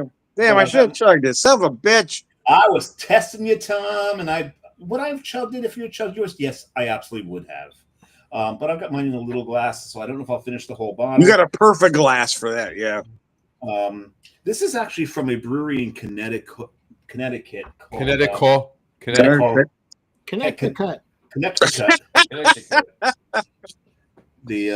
It'll be easier to say after next beer. Yeah, after this one, I won't be able to say a fucking thing, except for maybe a fucking thing. There you go. How is it? It's not as awful. Oh, Lord have mercy. That's actually it's tasty. We'll see though, because it's got a washout Nice Schoof. Because Nice Schoof is actually, I think, is it a higher ABV? Nice Schoof higher, yeah. Yeah, it is. Nice Schoof's a higher ABV, so maybe that's. Damn, Dave, you're drinking fast tonight. When do I not? All right. Maybe I'm just drinking slow tonight, I guess. It tastes like cherry pie, actually, right now. Yeah, mine was incredible. Pie. I wasn't getting any boozy notes at all, to be honest with you. Well, after drinking Nice Schoof, getting a boozy note out of this is going to be. That was Winger, right? Cherry pie. Yeah. That was Warren. Was it Winger? Yeah, Winger, right? Well, Warren. No, he's right. No, cherry pie was Warren. Warren Winger. It's Warren Winger. There's a warrant for your arrest for saying it was Winger. But yeah. And Deborah Winger's going to come serve it. Kip Winger did not sing Cherry Pie, right? No, he did not. And he's a colossal asshat. Nice. Now that's a good beer name. Colossal asshat. Yeah. I'm going to mention that to my boss. He's always looking for new clever names. Call this one Colossal Asshat. Well, there's a brewery in North Carolina called Ass Clown, which I Ass Clown. Yeah. Seriously, you're going to name your brewery Ass Clown? Yeah. Actually, I've always referred to Magic Hat as Magic Ass Hat. Magic Ass Hat. Because when they sued West 6 over a number, because that's messed up. Number 9. It's like, no, fuck you. This is not what this is about. Stop being douchebags. So I started calling them that. It's amazing that you could actually have hippies from Vermont that are assholes. Yeah, well, they're everywhere, but yeah, I mean, most of it's an epidemic. That might have been an exception to the rule for them because they were pretty cool. That actually pissed me off too. For the most part, where they are, yeah, absolutely. Yeah, it kind of pissed me off. But they're gone now. So, that's true. My it's all contracting now for them. They're gone from where they were. My fourth beer. I'm joining John with a Scotch ale. That's a beautiful beer. It's a ripped label, but it's the still label's a bit effed, but okay. There you go. There you go. We lost Tom. I have one right by my desk. Yes. Oh, look at that. There you go. Wow. That's some easy access right there. It's a shame it's not cold. That is an emergency drinking beer. Yes. There you go. You have your break glass beer is actually a Scotch ale. Oh, man, that's respect, man. That is some serious respect. Respect, yeah. Oh my God, I love this beer so much. Yeah, it is. It's a damn good beer, and it's so consistent year over year over year. It's not a spice beer. It's just a delicious. That's the thing about Bell's is Bell's outside of Michigan is not as well known, but they're one of the more consistent, one of the greater breweries out there, and they don't get the credit they deserve most of the time. They don't. I mean, they're one of the early adopters, right? They're one of the originals from the 90s. They are. The founders were they're the ones that put Michigan on the map. Yeah, Doug went out in that area in the 90s, and I know his brother used to go out in that area, and they would bring me back beers from Bell's. And I was like, what is this? This is fantastic. And, They're one of my 3 favorite breweries out of Michigan because you got Founders, you got Bell's, and you got Dark Horse. Yeah. Those love all 3 of those. One of my favorite beers. This is probably my second favorite beer from Bell's. My first favorite beer from Bell's, Black Note Stout. That's a damn good beer.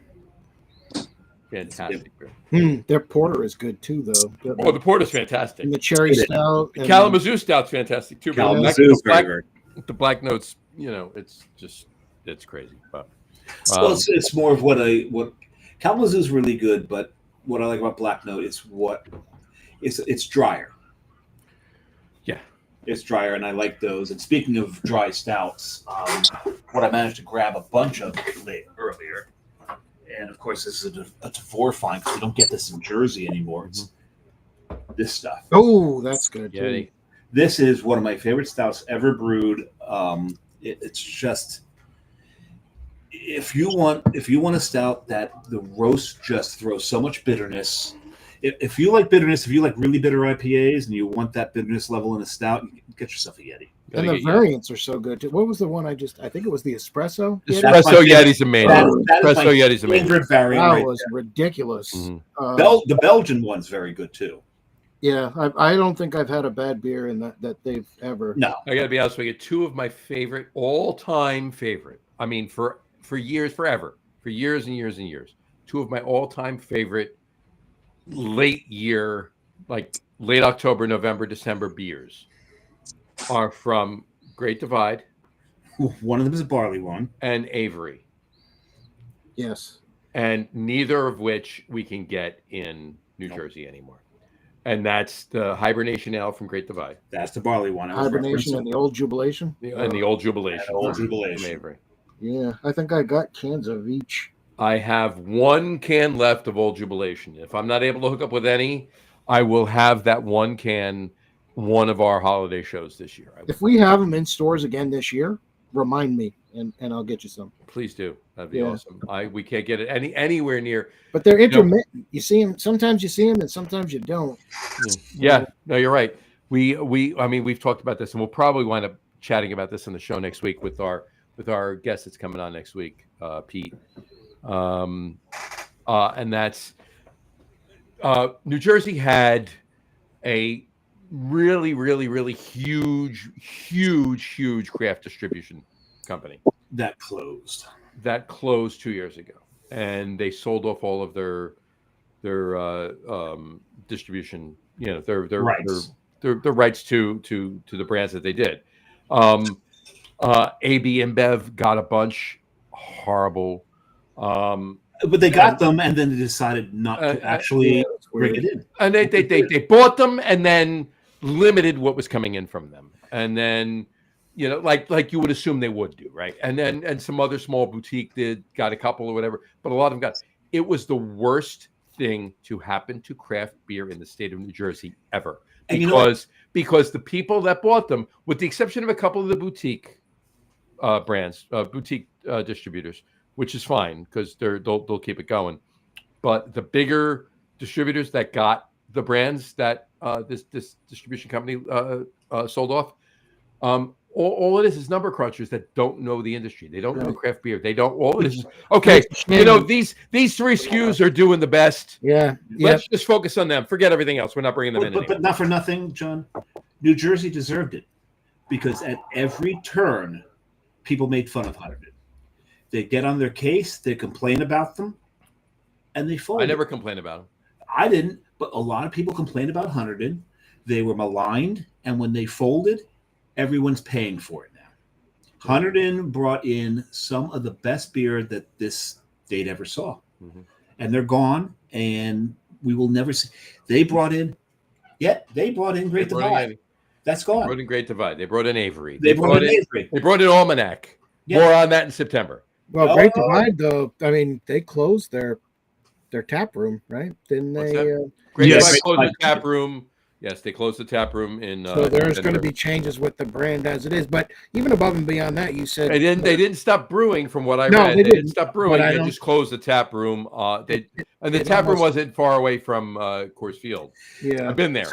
Tom, it's not a good sign, right? It's not a good sign. And no, I was just going to add though. You said you wanted to discuss with your guest next week. I don't think you should have it next week. This show has been so fantastic. You guys just need to end it on this high note. We're done. All right, we're done. This is the top, right? Anybody got a fork so we can stick in it? Yeah. But Tom, I don't think Tom's drinking a beer right now. So my fourth beer is a cocktail. That's what I thought. I could not drink it. I mean, I just could not drink any more beer. I'm so bloated. So I just decided to make a Christmas inspired cocktail. So here's what I did. I've got the Watershed Fall Finishing Series. This are a 6-year-old straight bourbon finished in apple brandy barrels at 129.2. I used these cranberry bitters to make it Christmassy. And then instead of, it's kind of a Christmas Manhattan. So instead of sweet vermouth, I used the Blanc. Very nice. Very nice. So I got that light. So it's a little the only bit thing I would add to your comment is that if I ever told my wife I could not drink another beer, I was so bloated, she would immediately rush me off to the emergency. Yeah, I just can't.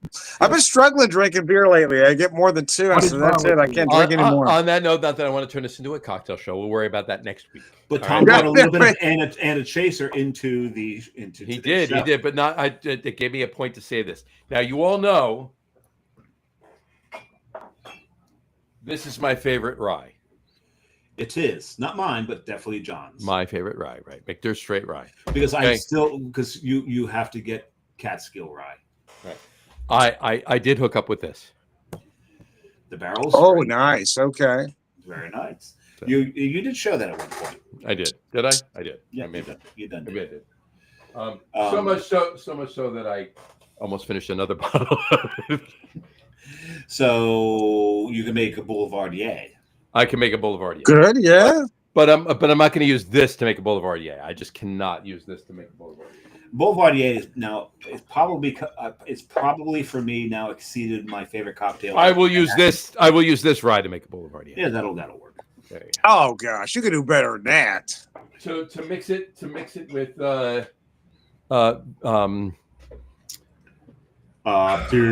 sweet vermouth and Campari. Thank you. To mix it with sweet vermouth and Campari.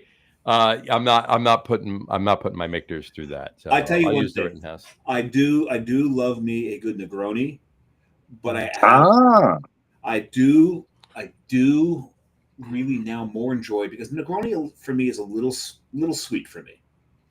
And the Campari, very sweet for me. Yes. And the Campari adds that sweetness. Yeah, I'm just not a fan of Campari.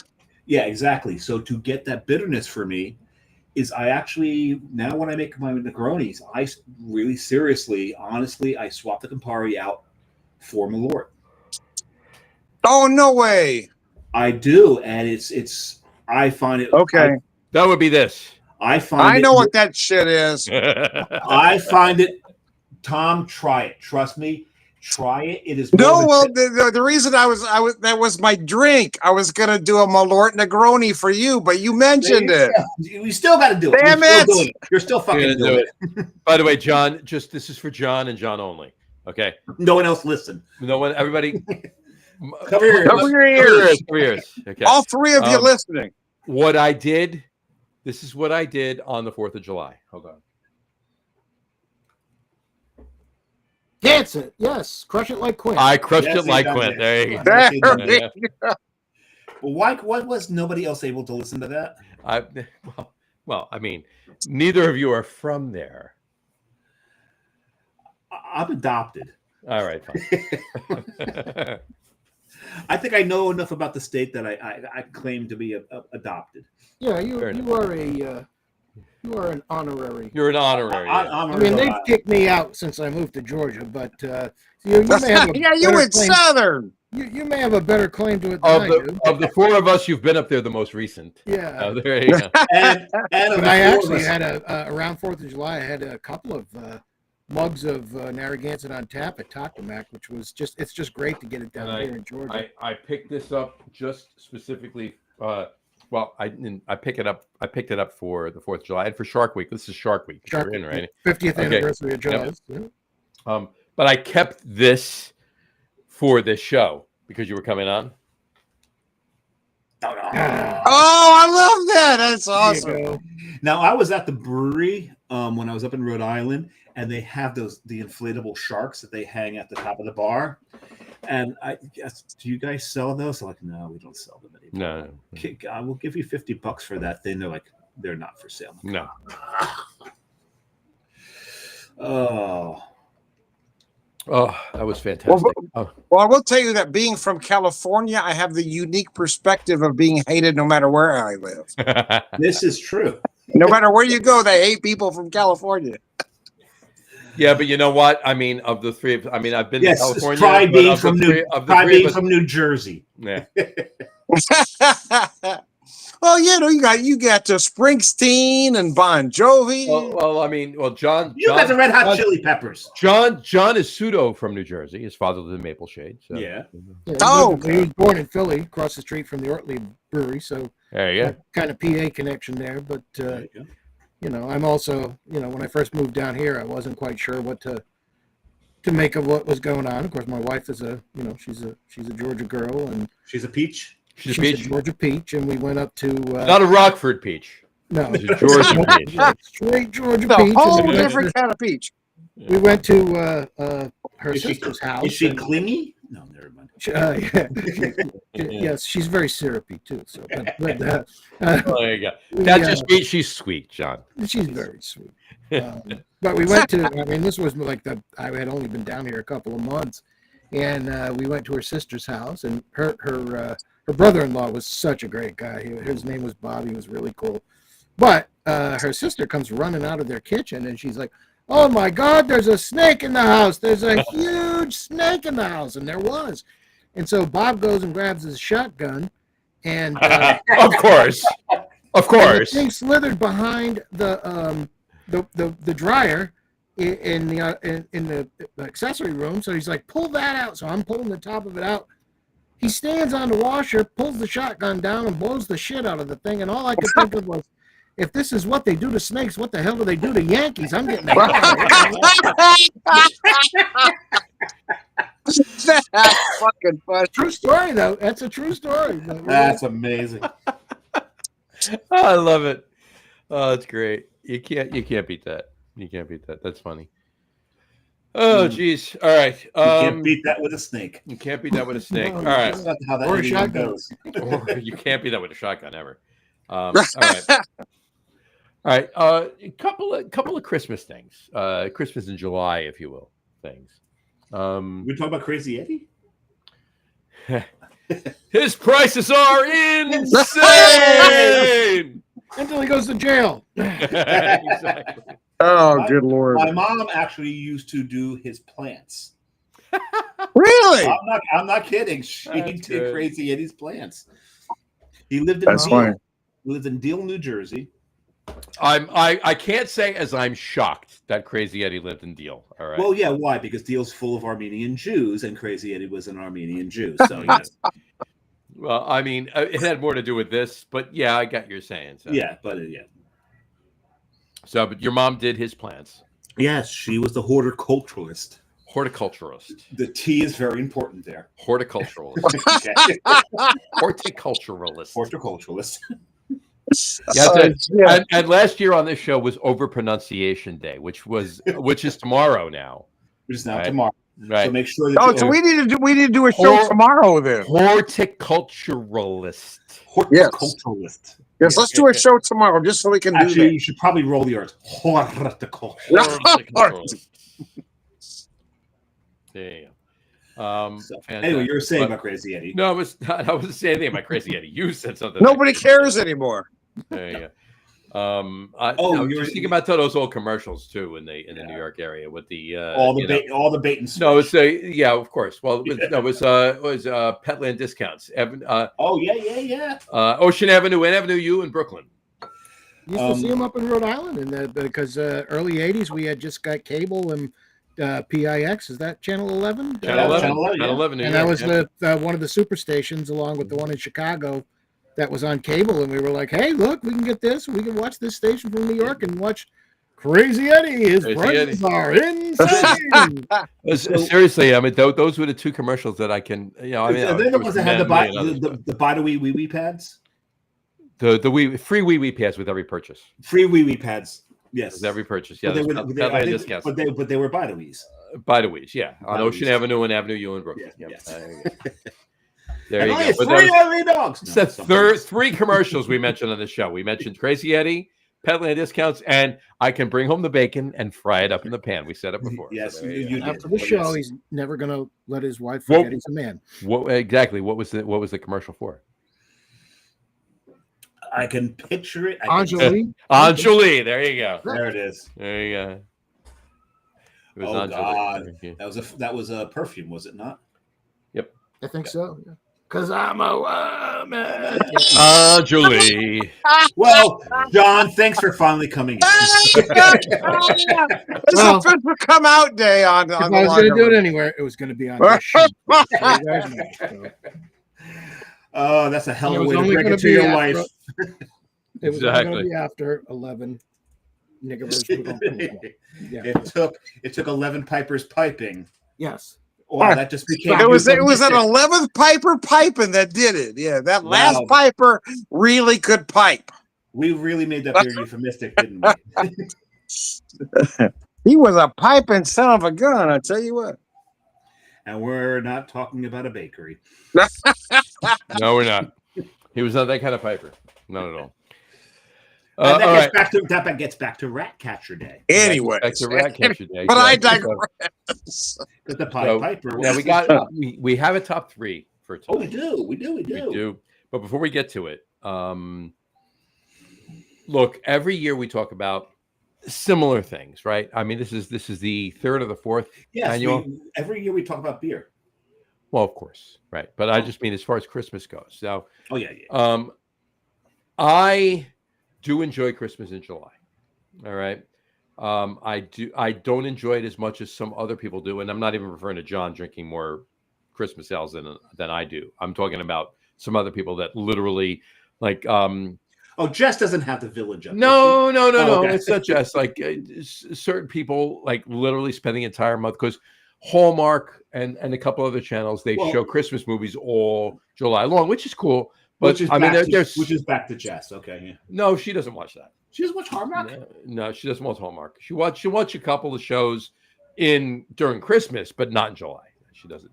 She's at the beach way too much to worry about what's on Hallmark. Trying to see if Danny DeVito will come back. Of course. Yeah, of course. But in any event, there are certain things that we all do during the holidays. I'm curious to know if there are any holiday traditions, during the holidays, late October through early January, holiday traditions that you guys do. Well, you put creep right in there, didn't you? Late October. Of course I did. Well, okay. All right. You want to say November, December? That's fine. I'm just saying. No, I gave it a week on either side. Right? A month on either side. No, late October for early January. I said so. I gave it a week on either side. So to me, the holidays are. Forget it. November, December. It's fine. November, December. It's fine. If there's anything that you do then that you do maybe infrequently, but on occasion do during Christmas in July, or is it just beer? Is it just the occasional movie? Whatever. What is it? I fart a lot. You do that all year long. I mean, come on. Yeah. I'm just saying. There's no difference in July, November. But he does it to the theme of 12 Days of Christmas. Well, there you go. That's talent, my friend. The whole song. That's how gassy I get. That is talent, my friend. That is talent. No, we've been watching Christmas movies all month. I started with Die Hard, and then we work on down. Absolutely. Well, is it movies? Is it music? Is it? I don't do music. I guess. It food? Do you make any meals that you would make during holidays during Christmas in July, or is it? Let's start with Tom. Tom's. How about it? What are you saying? No, it's just movies. I don't know. Thinking about what you just said. No, I'm not making a big ass turkey when it's 100 degrees here in Missouri. No. What else? I never make a turkey. I'm not opening presents. Gosh, no. I'm just watching movies. What about you, Brew Guru? Oh, I am making cocktails, I guess. You are, but we forced your hand on that one. None of us are making coquitos. I guarantee you, if I went to the room next door and said make coquitos, she'd make. She's part Cuban. Yeah. Brew Guru? Yeah, so I of course the beers is the big thing. Yes. Well, yeah. Follow on Facebook, and you will see. You're kind of known. And I will do that. And then I do like to watch March of the Wooden Soldiers for a Christmas in July movie. Interesting. I do watch a lot of the movies, yeah. Because but that's pretty much the only one. Most of the other movies that I like around Christmas time, like Wonderful Life and Christmas Carol, I don't really do those in July so much. But and then the other thing is I do listen to Christmas music, and it's usually like right around the 25th of July, which is the 3 days from now. Just Friday. Closest, whatever is the closest day to that I happen to have a beer, I'll listen to Christmas music. But when I'm out on the, if I'm out in the park walking or whatever, or in my younger days running, I would listen to some like good. That's what happened to your hair. You ran right out of it. I ran right out of it. Still Yes. floating in the park somewhere. It's out there somewhere. It's above the center. Out there somewhere. It's actually easy to go now because of the shade from it. So it's and you're more aerodynamic. But yeah, I am. I'm smoother. So you would think I'd be able to run faster. But that sunburn's a bitch, isn't it? It is. It's tough. Because even that little bald spot I got right there, that when that part gets sunburnt, that hurts the most. Well, you would be surprised, but on some days, the sun is shining right off the top of my head back into the sky, and the sun is like, "Knock it off, asshole!" The sun gets sunburned from John's the sun head. gets sunburned. And Just depending put a on little the, turtle wax on it, yeah.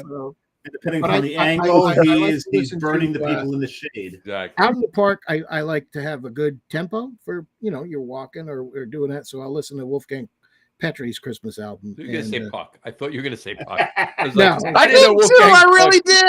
I did too. And the weird part is, at our age, none of us thought Wolfgang Jack. Wolfman Jack. Wolfman Jack. That's why we didn't think of it, because I'm so wrong. Wolfman Jack. Wolfgang Mozart. We didn't think that. We didn't think that either. That's another one.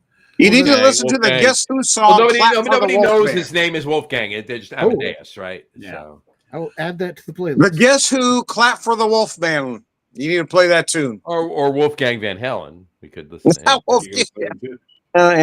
I wouldn't listen to that. But So you, John, you asked the question, so obviously you go last, so I'll go next. I've got one big tradition for Christmas in July. Mm-hmm. You're sadly experiencing it. oh yes, yeah, we all should have said that. Ed. Wearing your Griswold's Cree Farm shirt. That's what. No, drinking holiday beers with good friends in the middle of July.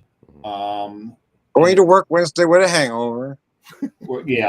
And emptying maybe some stuff that's a little out of date from the beer fridge. Never Christmas. Yeah, that's what I've been. Yeah, Christmas sales are never out of date. I was just gonna say this one's, like I told you, this is getting a little long in the tooth. Long in the tooth. Long in the tooth. What year is that? What year did you say it was? This is 2 years old. So 23. It held up damn nice though. The last time I drank it, it was still friggin' solid. Like I said, it's still pretty damn good. It's just gone a little carob on it, which means if I save one for the holiday show, it'll probably be straight up licorice. Because carob, like as in ersatz chocolate. Kind of like the chicory of coffee. Although I like chicory. I like chicory and coffee. That's the problem. Yeah. See, that makes sense to me now. The chicory. No, not for nothing. New Orleans style coffee is one of my favorites. We've got a roaster in New Jersey called Rook Coffee. Their New Orleans over there. Yeah. Very in John's neighborhood. We're on subscription with getting the New Orleans style, where they grind one of their dark roasts with chicory, and it is just. What's great is when you pour it and you've got like that dark red tone in the coffee, there's chicory in it. You do. Yeah, definitely do. It's a beautiful thing. Yeah. Cool. I guess I'm up. You're up. You're up. Three things. 1, 2, 3. I echo Dave's comments. Drinking Christmas ales with good friends on this show in July every year. That's very important to me. and I enjoy every minute that we spend on this show. There's a few seconds here and there that just maybe a little flat. Oh, I enjoy it, but I still enjoy them. That's the problem. Oh, okay. Right.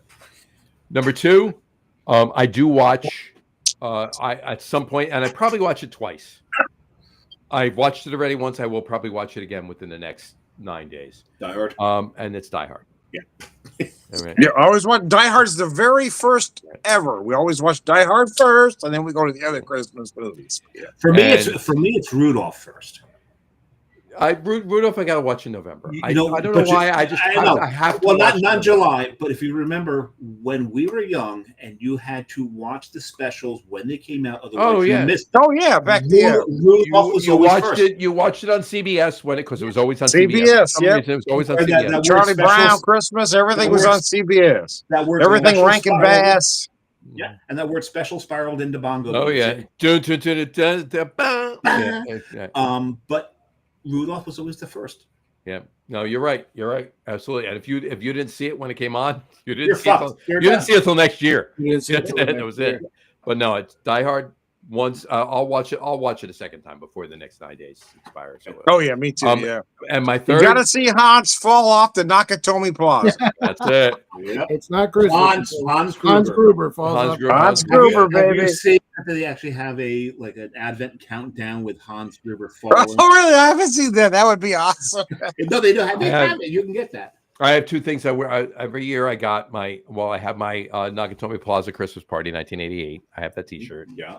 And I also have one of the decorations we put up on our Christmas tree, not in July, obviously. Is the one him in the thing? Is Bruce Willis crawling through the air vent with the lighter? John. His name was John as well. John McClane. John McClane. Yeah, John McClane. That's the best part of the movie. Is most of the movie is McClane talking to himself. There is no other dialogue. He's talking to himself. Not to the coast. Have a good time. Have some laughs. That's what cracks me up the most. Most of the movie is just him talking to himself about the bullshit. And I think if that was happening to me, that's exactly what I'd be doing. I said, "What the fuck am I here?" One of my favorite characters in that whole movie is the limo driver. Oh yeah, he's great. Yeah. If this is your idea of Christmas, I got to be here for New Year's. Yes. He's awesome. That's funny. So my third is I eat snickerdoodles. Snickerdoodles. Those are good. Last time I made snickerdoodles, I overestimated the expansion rate of a snickerdoodle. And rather than having 12 snickerdoodles, I had one massive snickerdoodle. That's not bad, though. It's not a bad thing.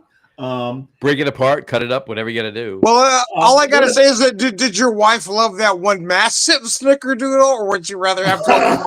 Did you like the one massive snicker, or would you rather have 12 little snickerdoodles? Well, the whole thing about it is like, I was going to make snickerdoodles for all of us, but I only made one snickerdoodle, so you're fucked.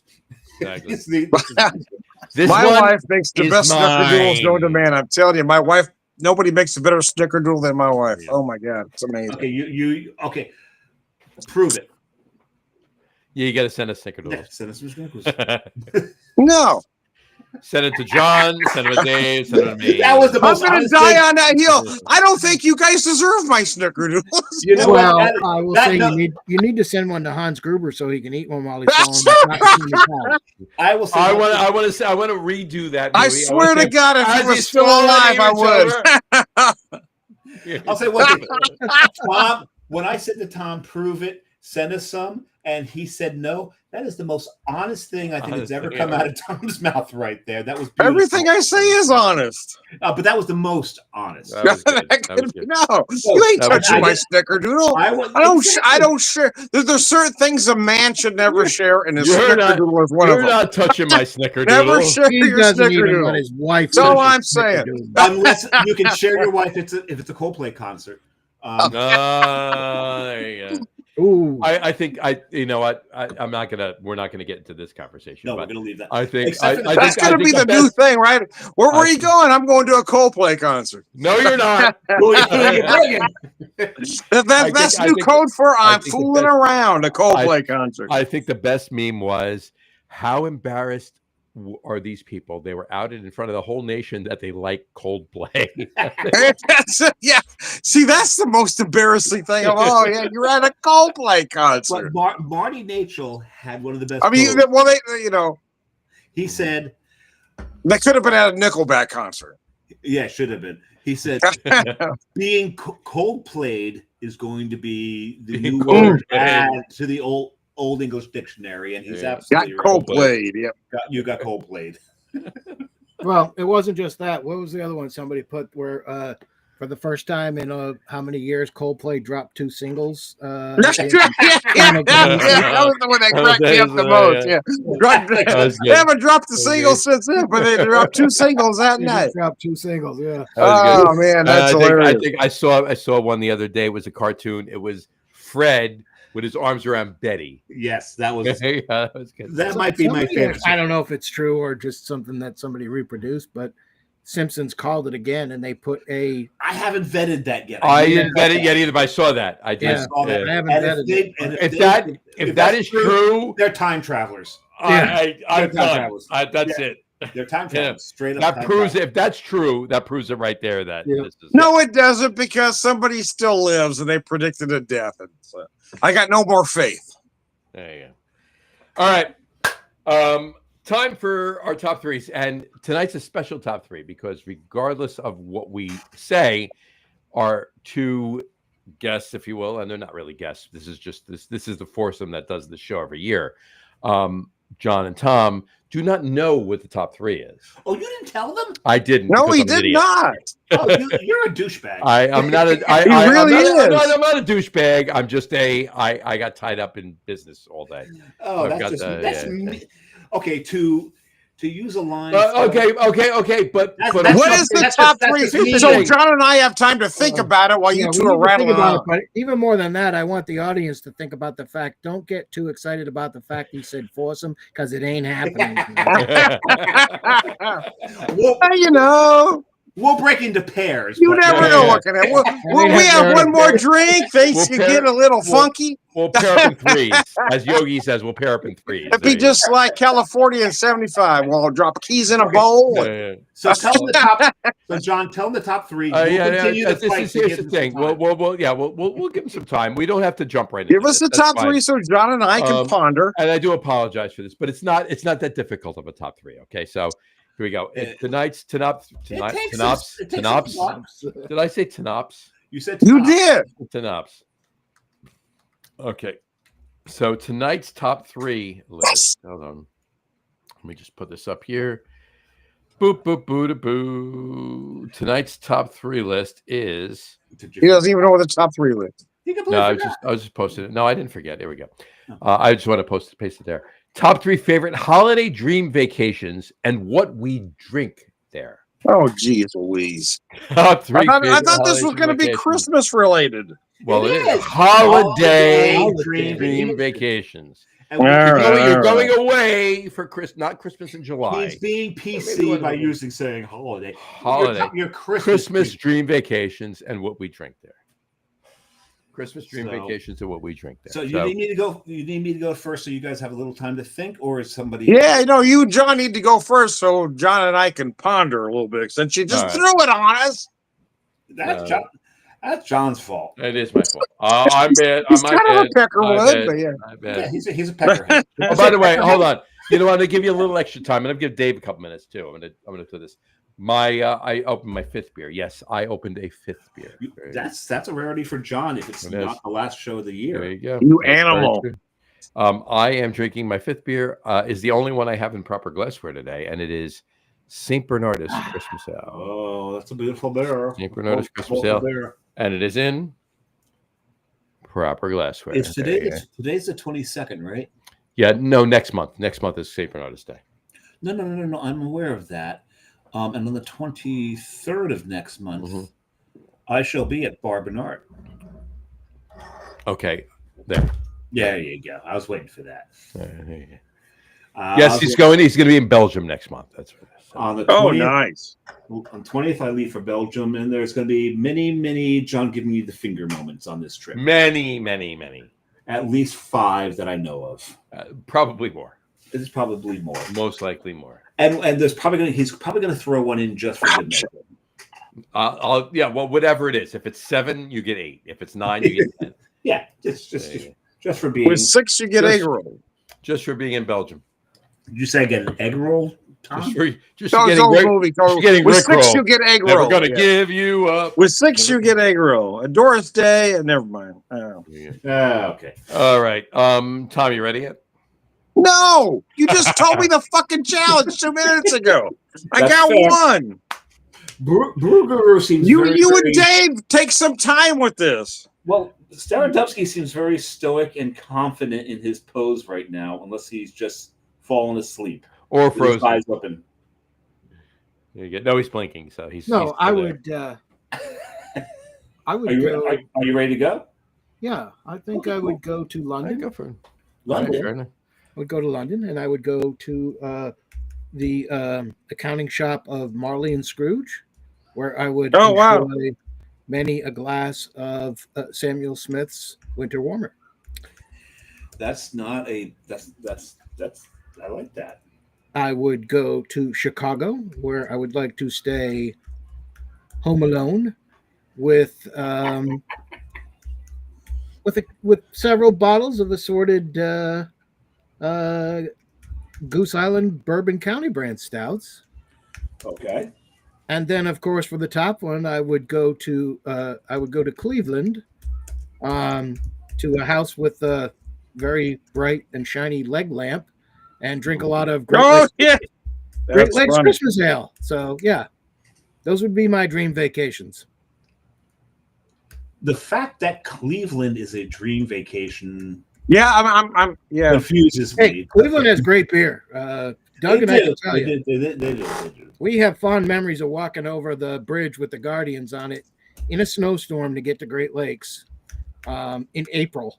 And yes, in April. Cleveland rocks, as they say. Being warmed by the fire from the river. Yeah, was that that was where the house from Christmas Story was? 100%. Hold on. John's going to go through his photos now. John doesn't have to go through them. John knows exactly where it is. And he's You going guys to put me on find the spot, so if any of my data is slightly off, you know why. But No. You're spot on. You are spot on. John has been there. John has a deck of cards from Christmas Story that some awesome motherfucker gave him.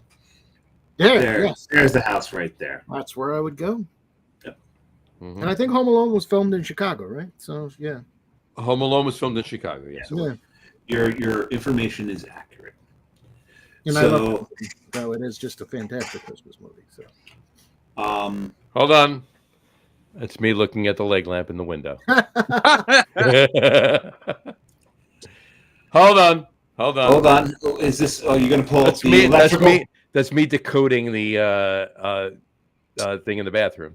Okay. Do you have the electrical outlet? I 100% do. Yeah, I know he has the electrical outlet. That was a loaded question. I've been serving up John beach balls all friggin' night, and he finally did it. I finally hit one out of the park. are you sure that you didn't take that picture in the last one in my living room? no, that was in the At house Christmas in time, the Christmas when I have story. my tree and lights up. But I will say The best part about that is we did hear this when we were out there. We were at the house. We did hear that the producers of the movie, when they were scouting out locations, right? They drove down the house is like it's over here, right? You're coming down the street as a T. It's in Belmore? So, no, it's in Cleveland, but you're coming down a T, and there's a street here. The road you're coming down stops, and over here is that house, and right next to it is the Bumpus's house, right? But Yeah. over here, right here on the corner is a bar. Okay, so they were driving down the street, and they saw the house, and now that's it. That's the house we need to have. That's the house that has to be the house for the movie. So they went over, knocked on the door, nobody's home. So they had the car parked already. They're like, oh, there's a bar over there. Let's just wait. We'll sit in the window. We'll look. When somebody comes home, we'll go over there and wait, however long it takes. So they're sitting there, and they were talking to the bartender and like, hey, the guy that lives over there, blah, blah, blah, blah, blah.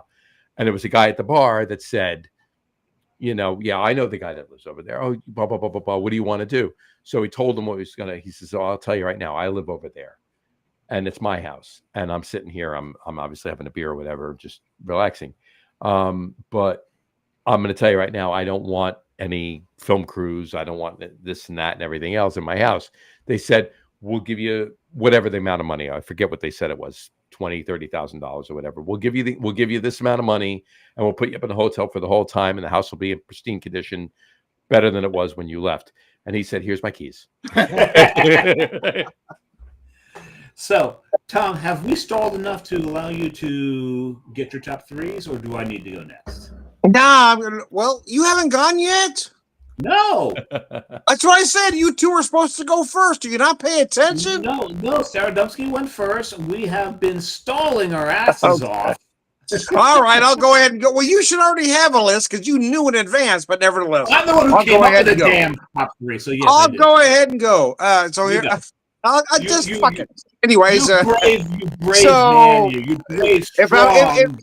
If I'm talking Christmas beer vacation, not necessarily just for the wife and I, but if I'm talking Christmas beer, I would want to. I've never actually been to Sierra Nevada, so I'd love to be there at that time of year when Celebration is released. That would be awesome for me. Asheville or up in Chico? No, Chico. Yeah, the original location. And then I'll meet you. Go to Asheville and we'll meet there. We'll meet you. And I want to go to that original location right there where it all started. The second one, actually, it all started with the yeast in Newark, but New Jersey. Yeah, by the way, yeah. Okay, never fucking mind, but nevertheless, as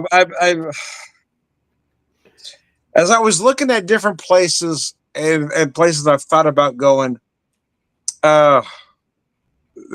this was probably going to throw y'all off a little bit, but as we were heading home from vacation last year, we happened to pass a place called Santa Claus, Indiana. Interesting. So, but they have an actual brewery there. Okay. So that would be again, this is in no particular order, but I would really love to go there just because it's called Santa Claus, Indiana, and they have Santa Claus Brewery right there. Oh my God, I had that in the 90s. They're still there, Tom? Yeah. Have you been there before?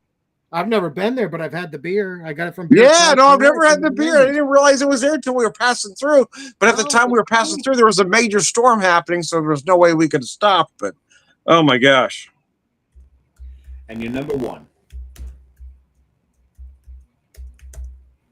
Give me just a second while I pull up my info here. Okay. Since you didn't give me any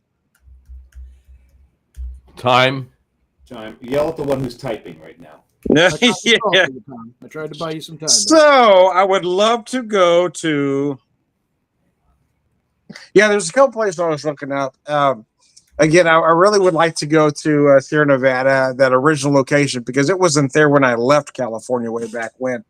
And then Santa Claus, Indiana, really, I love the idea that the whole town is themed around Christmas. That is cool. And then they have a brewery and all that. But many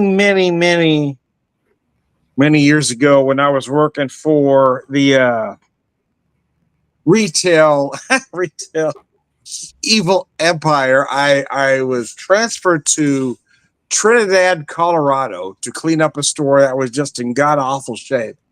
And if you ever been to Trinidad, Colorado, it's like, picture the worst city in the country and then multiply it by whatever the worst thoughts are in your head. I mean, the place was absolutely horrible. It was 40% unemployment at the time. And you wonder, why is that? So we opened this they opened that big old Walmart store. Oh, I said the name, damn. They opened that big old ass store and you couldn't get people to work because they couldn't make enough money. Yeah, okay. To work. Right, they were better off not working than working. You could not get people to work. I'll work, but I have to have this amount of money, and I can only work Monday through Friday, and I can only work 8 to 5. Anyways, Trinidad, Colorado was like the armpit of the world. It is the worst place you could ever think of. Now, was it a situation where the state's unemployment insurance was better than what anybody could pay them? Yeah, that's what I'm talking about. Okay, because I actually ran across that in Rhode Island, actually. Yeah. I mean, that's how it was in Trinidad. But anyway, so I actually anytime tried that too. I told my boss one time that I was no longer going to work on Saturdays or Sundays, and my boss was like, "Okay, well, maybe you wouldn't mind not working on Monday, Tuesday, Wednesday, Thursday, Fridays either." you can have the other days off too. Yeah. Feel free. So, where is this leading to as far as your? So yeah, I did have a goal there. Santa's workshop in the North Pole. Santa's workshop in the North Pole, right around the Pikes Peak area. Okay. So Trinidad, Colorado was not your number one. Santa's workshop in the North Pole. Yes, but the reason I found this place originally was because nobody would go. You would never go to Trinidad on purpose. It is the worst place on fucking earth. I swear to God. Have you ever been to Times Square? No, I haven't. I will. Okay, you can't make that claim until you've been to Times Square. But I'm guessing some of the people at Times Square actually want to work for a living. But yeah, how they do? What are you drinking at? What are you drinking at Santa's workshop? Have you ever seen the midget Hulk? No, but I would like to. That's Times Square. And making cowboys. Yeah. What are you drinking at Santa's workshop in the North Pole? Hang on just a second. I had my list up here, but I lost it. And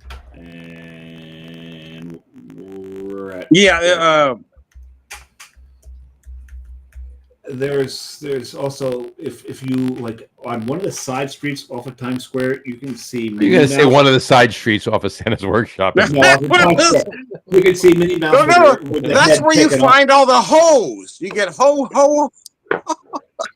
You can definitely get ho there. Her beer bottles with. There you go. There you go. So, beer. Yeah. So, work with me here. I'm doing this on the fly because you gave me no time. We're giving you 20 minutes at this point. He did it and then lost it. Well, I lost my link, but I do have to say is if Tom's shirt was orange, I would mistake him for Fred Flintstone. Could you? It's just the red and black stripes. It's just I had to suck. Yabba dabba do. So the park itself doesn't have beer.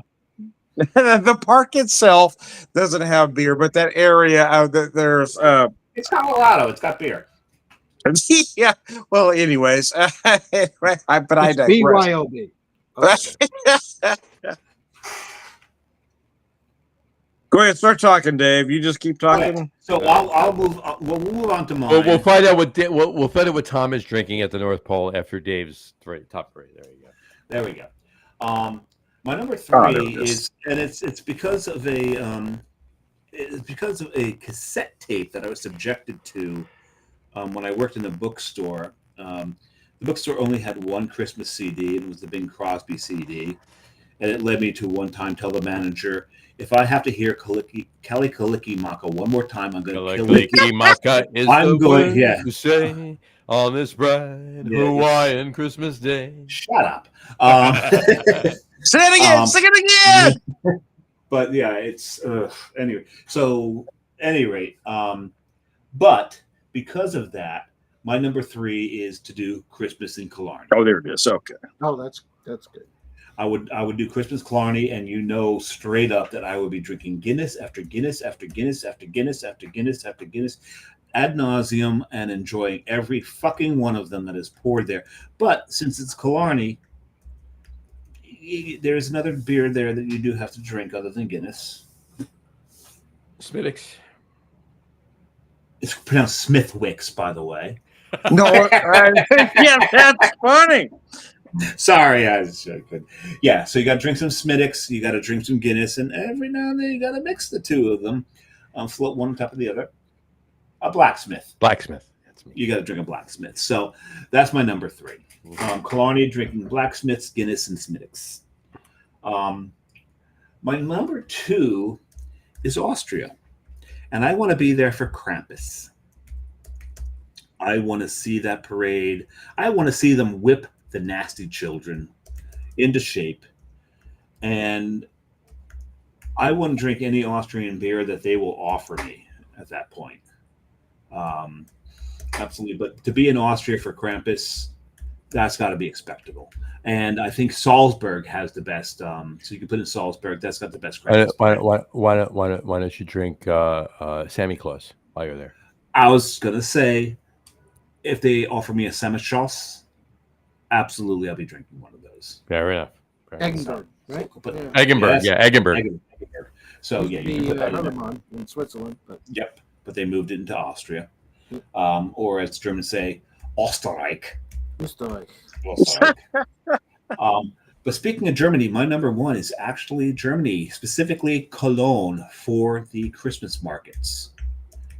And as much great German beer as you have there, and Cologne's known for the Kolsch, because in German it's Köln.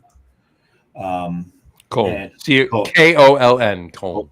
And the beer from there is Kolsch. But Kolsch is a little too light to be drinking in the cold. So I apologize for your beer aficionados, but I will be wandering the Christmas market drinking Glühwein. And Glühwein is just German for mulled wine. And that's what you do when you go to Europe, be it Belgium, be it Amps, be it Netherlands, be it Germany, be it Czech Republic, whatever. They all have their version of mulled wine, Glühwein, whatever. And the first thing you do is you grab your mug of Glühwein and you wander around the market. And when you run out, you grab another one. And John, you've refilled your glass. Is that still 11 Pipers piping? Yes. That's a big bottle. He had a 750. That's a big motherfucking bottle. I'm going to keep filling this glass. 11%. So yeah. I just wanted to see how all in you were. I am all in. Glühwein, by the way, is glow wine, right? The Glühwein. Glühwein, yes, absolutely the same thing. And you will definitely glow if you've had a yes, you that, yeah. And you have a couple glasses of that, and you're gonna buy some stuff that you're gonna get home the next day and go, "What the fuck? Yes. What? And that's the point. That is. Ach du lieber, was habe ich getan? Ach du lieber. Was kauf nicht? Mach schnell uns Beidhund. Your dog is fast? What? Your dog is Keep it going. Let's get going. Come on, move it. Move it. Schnell. John? I will tell you this. One of them has already been, two of them have already been mentioned, but it's only 1.5 because the beer is different. So here we go. Cleveland's one of them, right? Well, we'll see. There we go. So my number 3 is not been mentioned. My number 3 is Newport, Rhode Island. Really? Newport, Rhode Island. You want to drink with it? You want to drink with the snobs of Newport? I don't want to drink with the snobs. I want to drink. I want to drink with my family. But the houses. If you've ever been to Newport, and obviously 3 of the 4 of us have been to Newport. Yes. The mansions along the. The Narragansett and but not even the walk, but all along the, out to the to the sound and the ocean and everything else. Those mansions when they decorate them for Christmas and everything else. It's astonishing. Yes, it's astonishing. I want to be there, and I want to be drinking. And as much as I love Sierra Nevada Celebration, I want to be drinking Sam Adams Old Fezziwig. I want to be sitting there. I want to be enjoying all of that. What's going on right there with all of the decorations and the Christmas in that area or whatever. And which is an excellent choice. Fezziwig is. I didn't say it when you were drinking one earlier, but Fezziwig is this. I have so many great memories about it. It's beautiful. But would you be drinking in the oldest tavern in the country? I'll get there. You'll get to White Horse. I'll get there. But I'm gonna spend some time where everything's for what I'm telling you here. Okay, that's my number 3. My number 2, I'm going over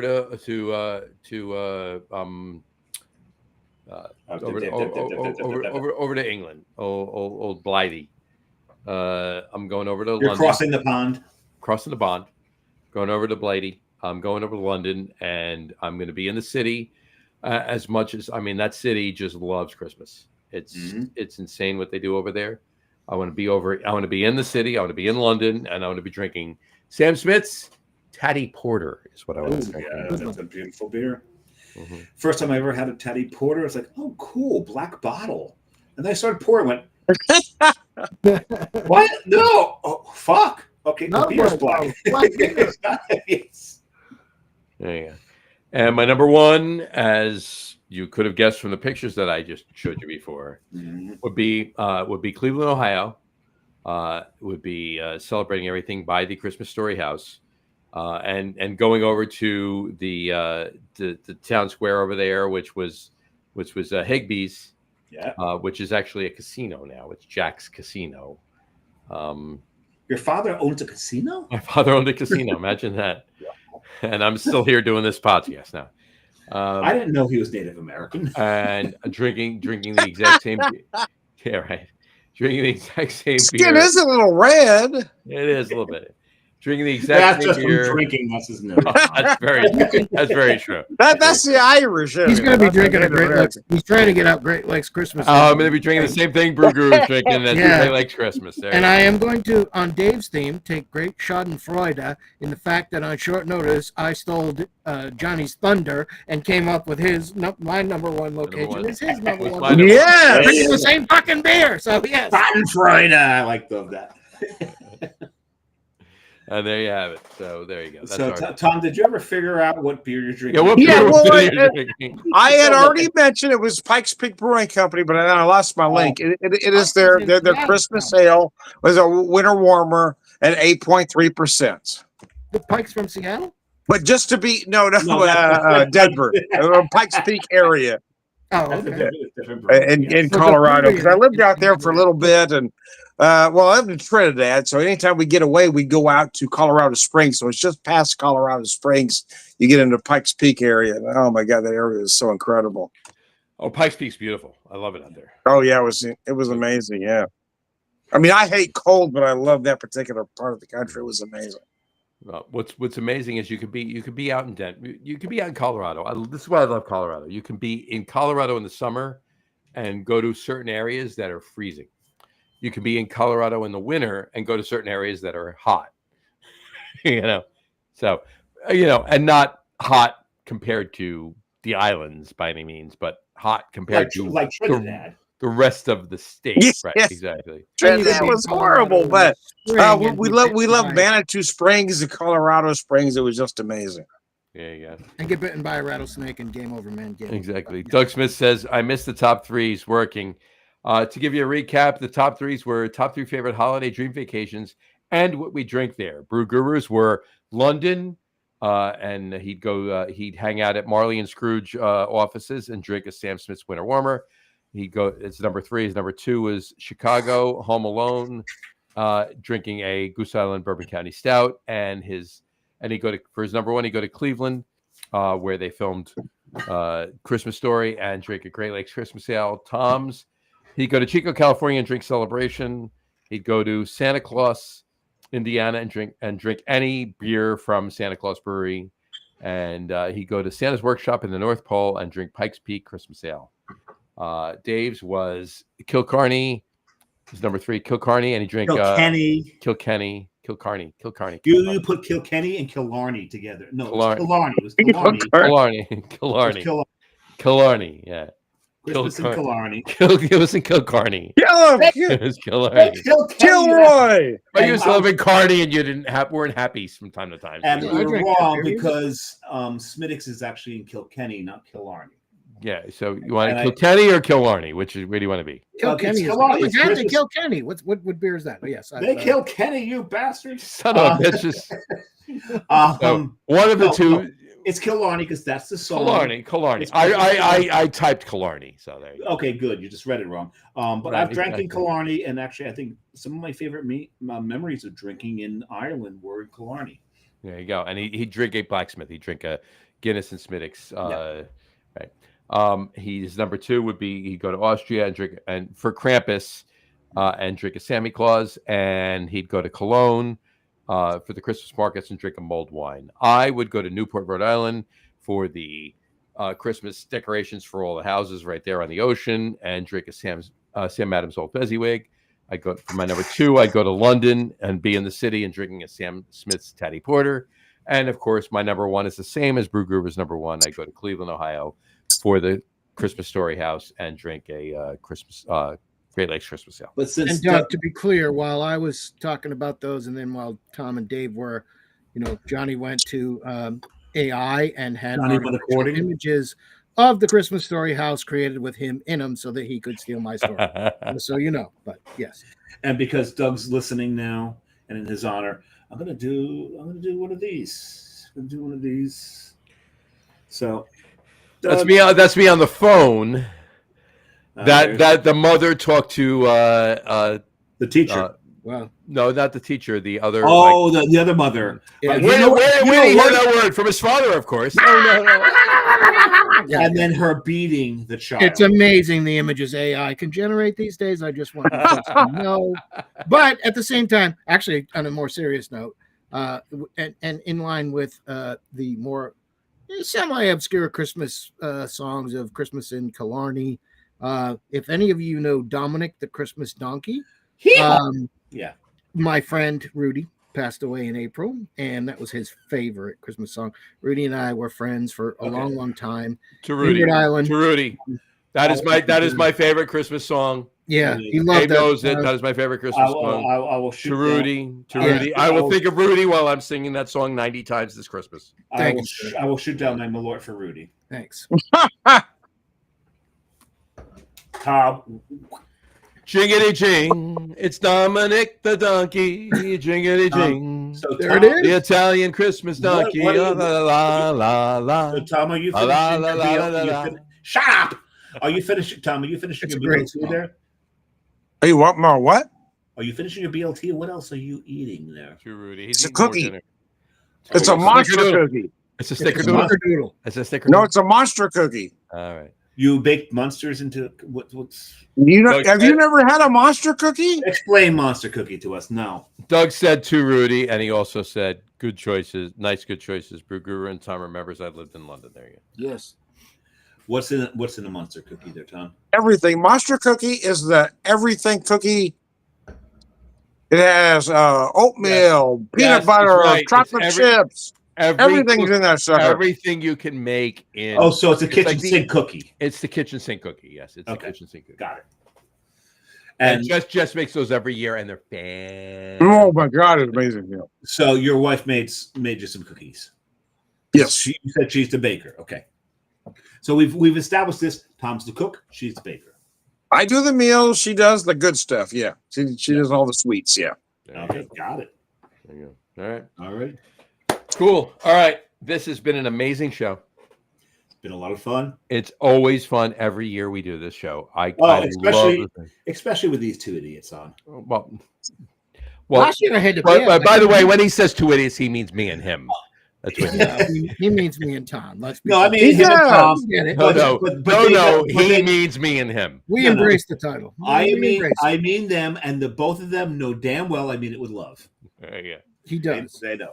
There's a lot of love in this room. Mm-hmm. He actually exists. He's a real person. Not sure about Johnny or Tom yet. Never met them in person. They could be AI too. I don't know yet. So. I have, but I've met a friend of yours. So a friend of yours saw me in person. Well, he might be AI. Hey, would AI be as passionate about football as you are, John? I mean, probably not. To your point, yeah. I mean, Dave could be. He still could be AI, but if he was at Taco Mac, he was damn fucking good. And the thing is, I met Bruguru in his natural habitat. Yes, he did. Oh man, with my designated driver too. So with his son and grandson. Yes. Wow. Was the designated driver at 12? Yes. Well, yeah. When I met Doug, I had my designated driver. Yeah. I'm waiting. I don't want to say patiently. I'm waiting feverishly on that note. That Grandpa is coming. Yeah, like that. Oh yeah. Oh really?